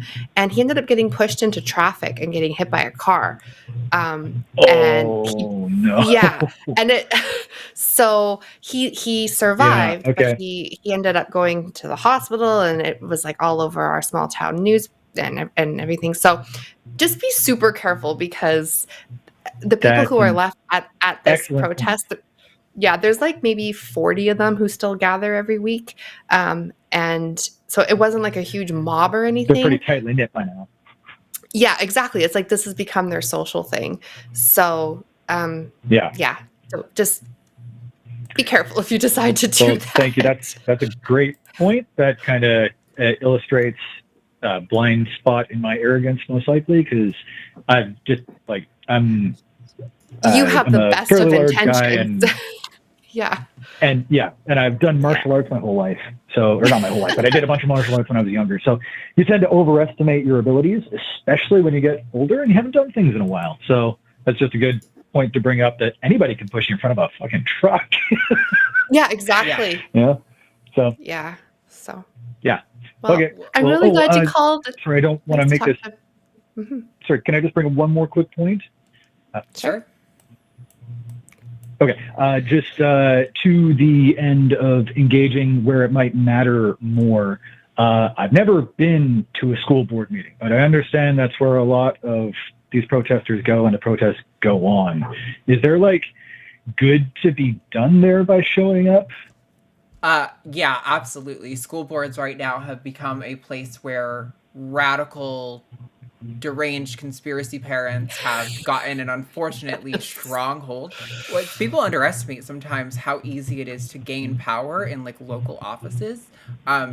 Just to let you know, at least in the United States, I don't know if it's the same for Canada, but like literally anyone can run as long as you meet like whatever, qualifications. You don't have to have a history in being a politician. Like as long as you're like, I think it's like a natural born citizen or something like that, or whatever the age limit is. I would highly, I think that is a great place that you can do. It might be that your particular county school board is not problematic, but if you find out that yours does have problems, that can be a great place to counter some activism and to be the nay vote on all of their terrible proposed policies. So that's a great idea. Wait, do people that show up at school board meetings get to vote? Well, no, I think you have to be a part of the board usually, but they will usually take like hearings on, Oh, okay. Yeah. Okay. I see. Gotcha. Yeah. Okay. Cool. Well, thank you so much, ladies. That was Thanks, excellent Terry. perspective. I'm really glad I caught you. And good luck with the last caller there. Good luck in Abbotsford. Thanks, Terry. Thank you. Okay. Have a good one. Bye. You too. Bye. He's not lying when he says it's the Bible Belt where we are. It's really. Oh yeah, and Canada is pretty like liberal, progressive, but he's in like the heart of it. So so rough. I mean, yeah. Okay, let's take this last caller and wrap up the caller portion of the show. So we are going to talk to Freya in Australia. Pronouns are she and they. Freya, you are live on Chewed Gum. What's going on? G'day. So quick history. I was raised in a family in church that any discussion on sex was punished, by hitting us into silence. So I ended up having the first sexual experience when I was about 6 or 7 with same-sex person, and that was a criminal offence until I was in high school. So, a bit fucked up about all that. Ended up married at 20 and only left in my 40s. Single for 2 years. I'm now dating a lady. I've been on hormone replacement to transition for 8 months. Haven't had sex, and my body's very different to what it used to be when I had sex as a male. So I guess I'm completely lost on how to get good help on dating and sex as a trans adult. Yeah. Oh, yeah. Well, I think sexual relationships can be particularly complex as a trans person because even if you have done the work of unraveling some of the like shame or guilt complexes that you might have, there's also the added layer of dysphoria around your body. And sometimes dysphoria can kind of be represented one-dimensionally, you know, as like, oh, I have dysphoria around like my genitals, and so anything involving them is going to cause me dysphoria. But I think it's more dynamic than that, at least for me. It's more of like, how is my partner making me feel when we're in, you know, when we're doing something. Like I've dated some women who expected me to have a more masculine approach to the relationship, to put it lightly. And it was like very much like, I don't know why you expect that, because of what was my body's a certain way, or because you have some sort of like fetish, maybe, I don't know.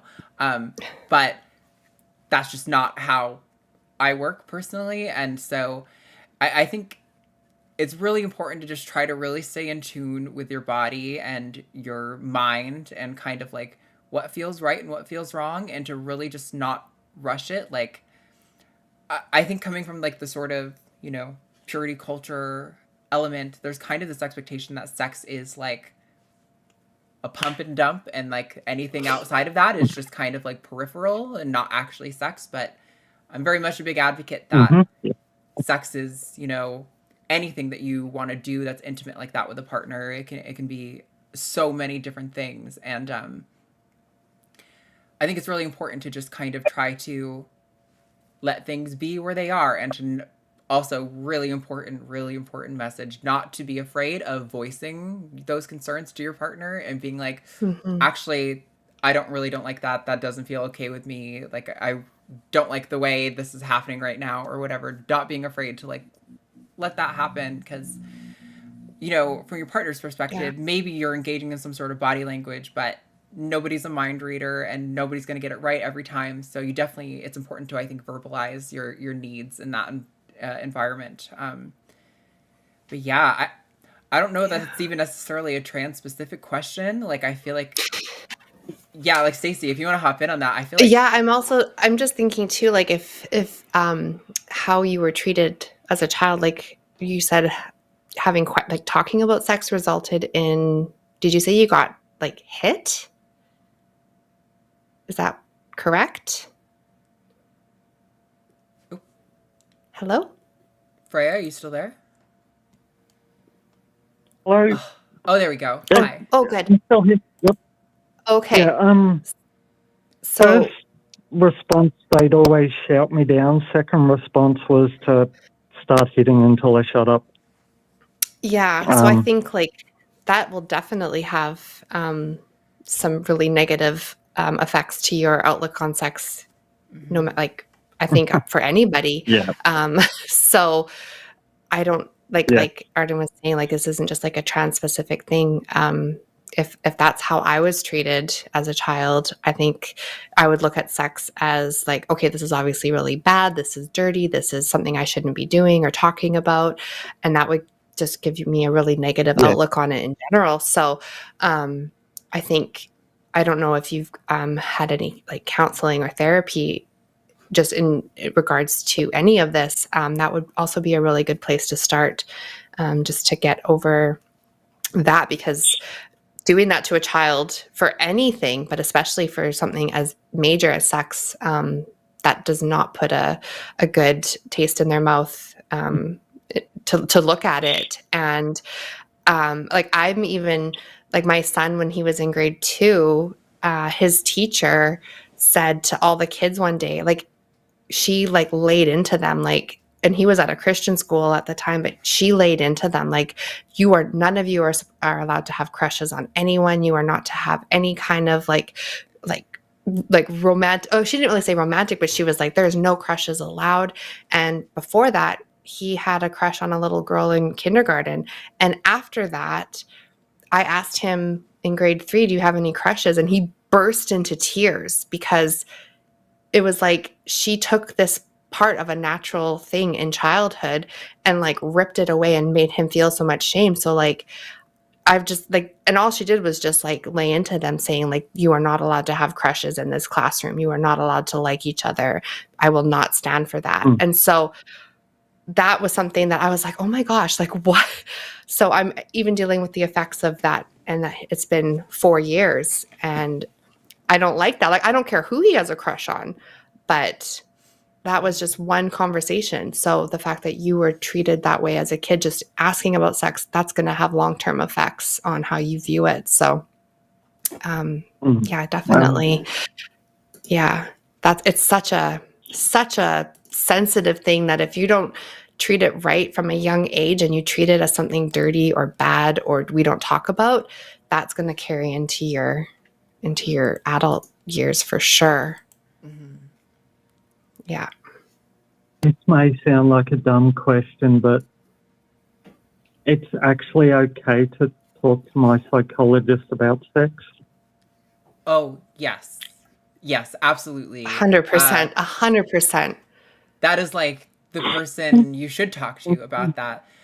With respect to your concern, I also have only in the last like 6 months, to be totally straight up, actually been comfortable going there with my therapy stuff. I mean, I actually just started a new therapist back in January, but it's only at that point that I've been like, oh, okay, like this is okay to talk about in this environment, because I also don't really like talking about sex. It's not comfortable for me. And but here I am on a show doing it right in front of hundreds of people, thousands over the next week. You know, what do I do to myself? But yeah, no, it is absolutely okay, and I would highly recommend that you do. I think. Thank you. Thank you. I don't know what the stats are at all. I'm just coming up with this on the top of my head, but I would be shocked if it's not like one of the number one things that people talk about with their therapist or psychologist, because it would definitely be probably in the top 3, I would imagine. Oh, wow. Okay. Yeah. For sure. I have a, okay, right? Yeah, I'm like, I don't like talking about sex, so I'm going to divulge too much information on the internet right now. I have a history of hypersexuality, which is kind of putting forward like probably an unrealistic expectation of sex or desire for sex that doesn't actually align with like how I really feel or like my actual level of desire that I've engaged in like historically. And I think that's really common in people who have any sexual trauma or sexual abuse in their history. And I definitely think, especially as a trans person, I think there's some reservations that, you know, we can have on talking about our bodies and pleasure, because if we talk about pleasure or our bodies or what we want, we are often framed as like sexual predators. And so I just like really want to push to you that like, not only should you talk to your therapist and to your partner, but there should be like some detailed conversations about like, what are your boundaries? What things do you like and do you want to engage in? And like, what are some ways that like if you struggle to communicate your needs in the moment, maybe you can talk about that with your partner ahead of time and be like, hey, it's really difficult for me to like voice my concerns in the moment, and it would really be nice if you could be on the lookout for like these certain cues or something, so that, you know, if something's going away that's not comfortable for me, that I can like, that can be voiced, you know, it'll be easier for me if you bring it up or something like that. So yeah, I would definitely bring this up to non-verbal, like a non-verbal safe word type thing. Is that what you mean?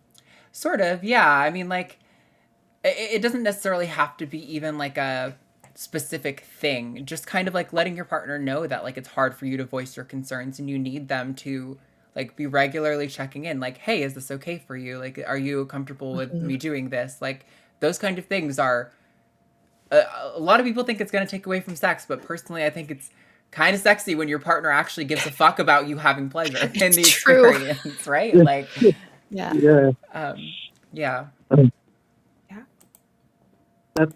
That's all really helpful. Thank you. Sorry, just trying not to cry. Where can I just get like basic sex education that, I like, have just to learn it. I have a particular book I want to recommend to you, Freya.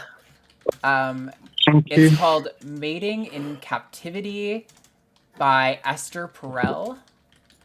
And if you need to go back and rewatch the show so you get that name, it's Mating in Captivity by Esther Perel. She is a sexologist and researcher. I'll give you straight out of the gate, it's pretty heteronormative and cisnormative, but the thing I really like about Esther Perel is she goes really deep into like women having shame around like sexual fantasies and things like that, and kind of helping break down like why fantasies are okay. And like, Yeah. there was a great story where she talked about this one woman who had a like non-consent fantasy where these men on the farm where she lived like would, you know, just have their way or whatever, and she felt really guilty about it. She was like, I would never want that to happen to me in real life or another woman. Like, I feel so terrible. And her therapist, the woman who wrote this book, was like, okay, yes, but in your mind, you are having a fantasy where you've cast all of the people you chose, all of the acts that happened in your fantasy you chose. While there is a playful element to it that might seem non-consent or whatever, it's not actually what's happening. And it's not directly related to trans things, but the reason I'm trying to say that is that, like, I think it sounds to me like you need to learn that all of your sexual feelings are okay, and they are. And I think this is a really good book that like really hammers home that message, and hopefully that'll give you some maybe tools to feel good about when you're going to this. So yeah, definitely keep communication open, talk to your therapist, do some reading. There are other books out there. I'm sure once you get down the rabbit hole of Esther Perel, you'll find like 3 other books that you'll want to go to. So Yes, thank you. of course. Best of luck, Freya. I'm so sorry. Yeah. Totally okay to cry and feel all the emotions. I want to give you a big hug. For real. That's what I would be doing right now. Yeah. My dog's here to do that for me. Good. Oh, good. Well, Freya, best of Thank luck. you. Yeah, please do call back if you have any other Yes. questions or thoughts about any of this. I will. Thank you. Of course. You're Bye. so welcome. Thank you. Bye. Bye. Oof. Yeah, I hear the emotion in her Oh voice. my gosh. And yeah. Mhm. Yeah, there's a Mating in Captivity also, even if you don't have sexual shame, I would highly recommend. It's just a fantastic book. Yeah. Esther Perel is phenomenal. But man, yeah, Yeah. it's so funny because I just kind of went through this like I never thought it was not okay to talk to my therapist about sex. I always knew it was okay to talk to a therapist about sex. Yeah. I just hate talking about sex. It's such a vulnerable conversation to have. Right. And I'm like, Right. and I just kind of got started doing that, and it's been really, really good to do that. I definitely highly recommend. Yeah. But we did it. We got through the calls. Yeah. We did it. Yay. Oh my gosh. Got our first show It together. was so fun. I know. All right. This was awesome. We're going to move on to take super chats. So if you want to send a super chat Okay. of $5 or more, we will read it live. Yes, I see that you bought food, Matt. Thank you. Apparently there will be food on the way that's the chat. when we're Hello. done. All They weren't right. supposed to tell you. Okay. Do you want to go first? Sure. Okay. You have to remind me what currency that is. I think those are pounds. Okay, that's what I thought, but it's been a while. £5 from Sean Isherwood. This is the first episode I've managed to catch. The start of live Down with the Patriarchy. Also, for natural n, if n squared plus 2 is prime, then 3 divides n. Cool. Thanks, Sean. Sean Yeah. loves to send us math problems. Okay, I Appreciate should it. not have been the one to read that. No. But I'm not much better. But Okay. thank you, Sean, for catching Yes, thank you live for- and for sending 5. for the super chat. We've Mhm. got $10 Oh. from Dade Murphy. Hi, Okay, Felicia. Jade is amazing. Mhm. Yes, I do like dates. Little shorts. I know. Amargan, Jimmy, Arden, Stacie, Monkey Typewriter, Brett Avey, I got cookies, Granny from Wokeland, Jason, and everyone else. Well, thank you very much, Dade. I appreciate it. Yes.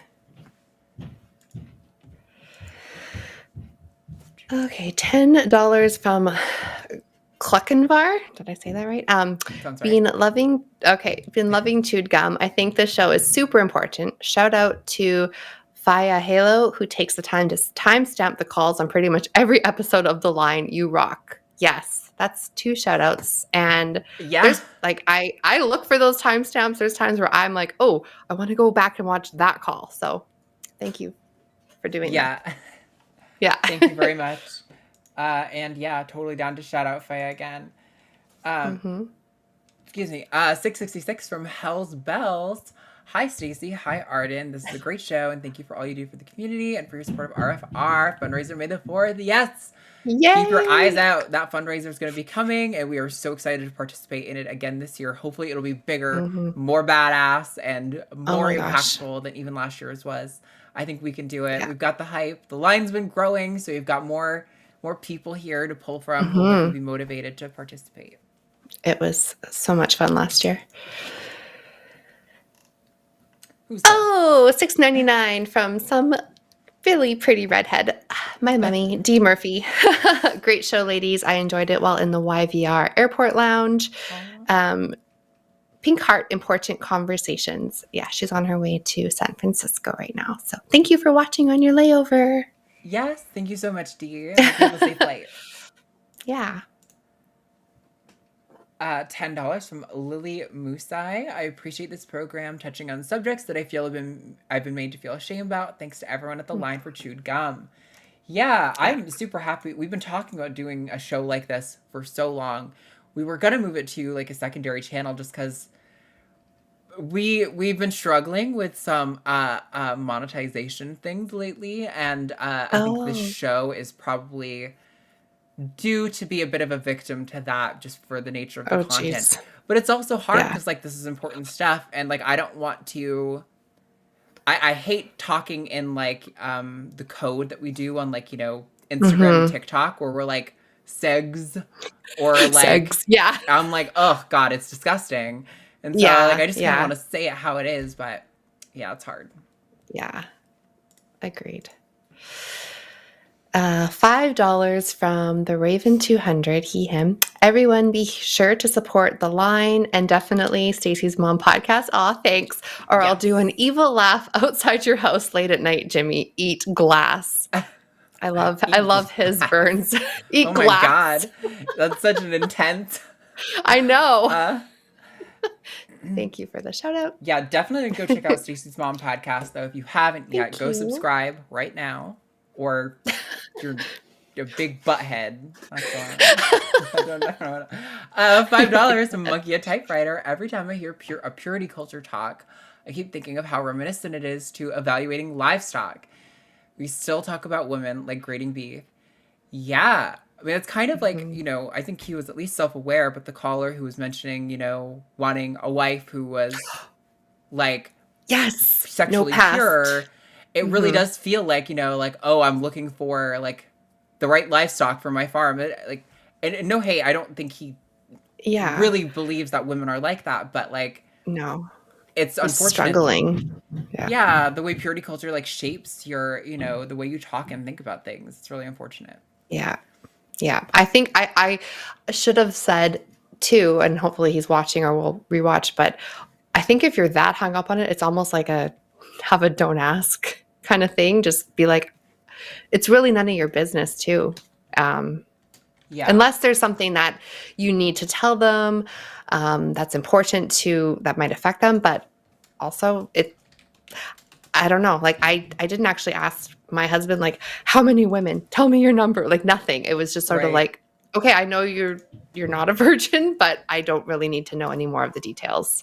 So like I've got a fairly long list. If I were to get into my numbers, not quite as many as the numbers we were pitching out today, but like probably like 50 plus or something. And like, I don't know, for me, I kind of would consider myself polyamorous.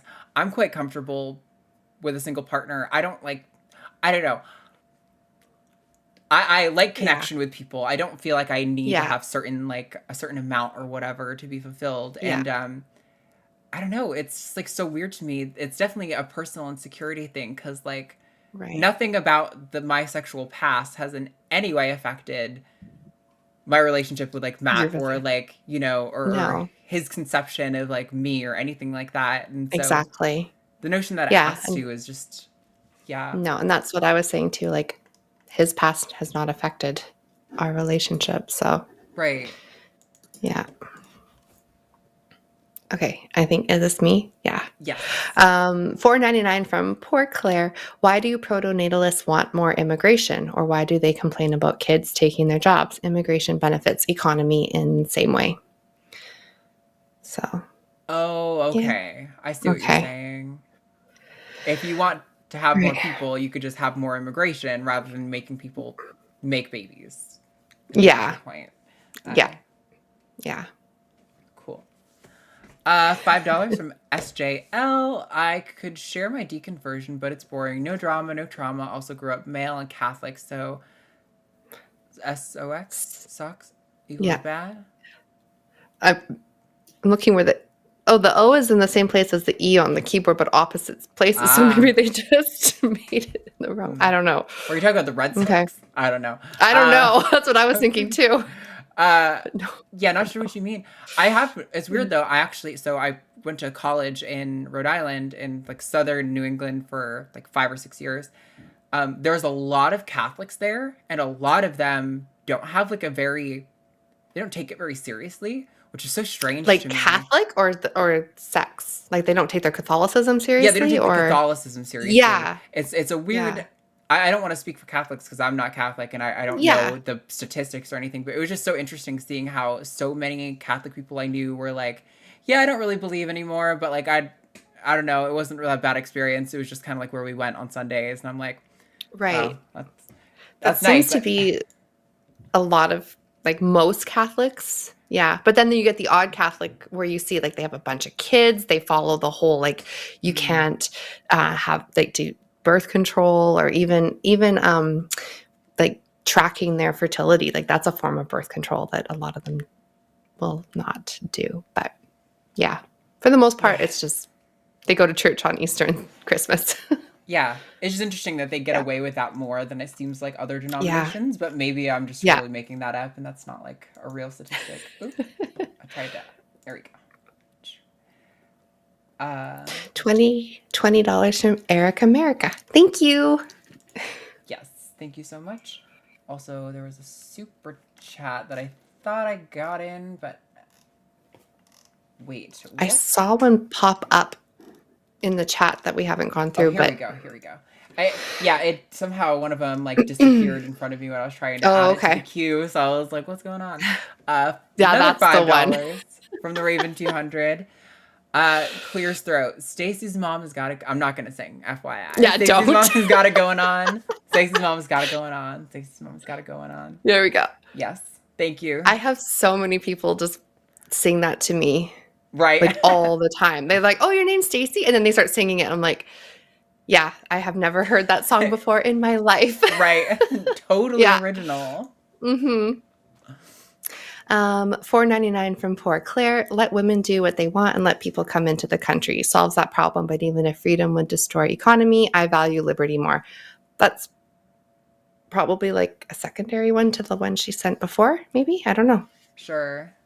Yeah. I'm hesitant to comment on just like pronatalism. Immigration feels like an empirical thing, and I'm hesitant to ever comment on things that I'm like not 100% sure about. Yeah, I don't want to step on anything. $20 from Charlotte. I still feel a little separated from some of, not all of, the topics brought up here due to my secular upbringing as a boy, but I am so happy to hear different perspectives, often relating to way more than I thought. Yeah, I think even if you didn't grow up necessarily religious, I think we still live in a very patriarchal society, right? Like the way you inherit like names, it's patrilineal. So like even if you're not religious, you're still like, you know, there's still like a man is the man, like the head of the household kind of organization to like family structure. some people do like hyphenated names and stuff, and that's great. But like overwhelmingly, people are patrilineal. So I think even if, you didn't grow up in like an evangelical environment, I'm sure a lot of this can still impact you the same way.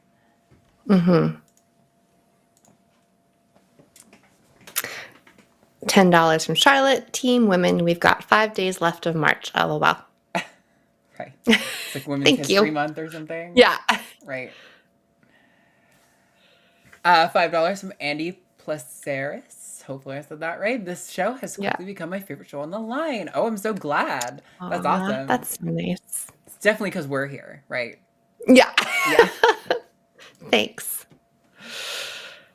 $4.99 from Cyrusu X Legion. I don't know if I said that right. Hi, Arden. Hi, Stacie. How do I politely refute an anti-trans rhetoric? For example, I don't want trans people in the bathroom.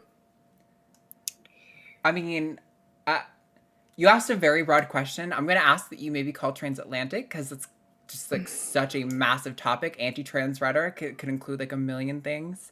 As far as that specific one, I'll just say I don't really give a fuck what you think. Yeah. You don't want me in your bathroom. Like, okay, there was a period of time not that long ago when people didn't want people of color in their bathroom and like tough shit, you know, like. Yeah. Exactly. That one's yours, I think. Oh, $5 from Charlotte. Matt said not to tell Arden it's Chinese food, so nobody tell her. Thanks, Charlotte. Yeah. Now I want Chinese food. $10 Australian from Freya Australis. Aw, thank you so much. I truly appreciate the space to cry through the call. Aw, it's definitely the right space, and I'm glad that you called. Yeah. Like I said, I wish we could have hugged you. For sure. I hope that little doggo in your profile picture is cuddling up on you right now. Yeah. Yeah. $5 from Chris Carrillo. Arden, what are your thoughts on sesame chicken and Sichuan chicken? It's probably going to be General Tso's chicken and Szechuan chicken. And probably he's going to get some like sweet and sour soup usually. And maybe there'll be like dumplings or something in there. That's like our usual kind of Chinese order. So we'll mix the different chickens in each of our bowl and eat that with rice. That sounds good. $9.99 from Jason. Stacie and Arden, great show and great lineup this week. Chewed gum is amazing. Let's keep this going. Yeah. It is amazing. It's been a great show, a great addition. $5 from Monkey Typewriter. Expanding on the livestock metaphor, I think this is part of why trans people represent such a threat. Essentially, they're manipulating the market. Yeah, I could kind of see that in that metaphor. I think there's probably a lot of reasons, but yeah, I get that.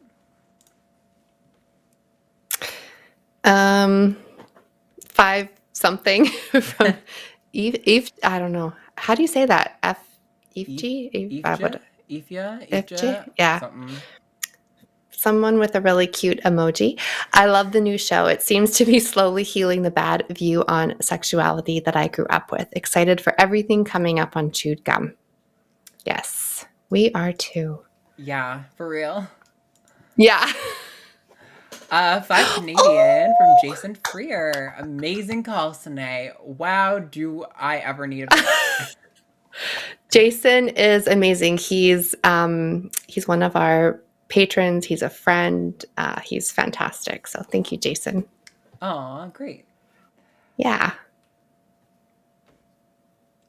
Oh, this is me. Okay. $10 from Terrible Liar. Was not going to send a super chat today, but math, damn it. Oh, why do I get another math one?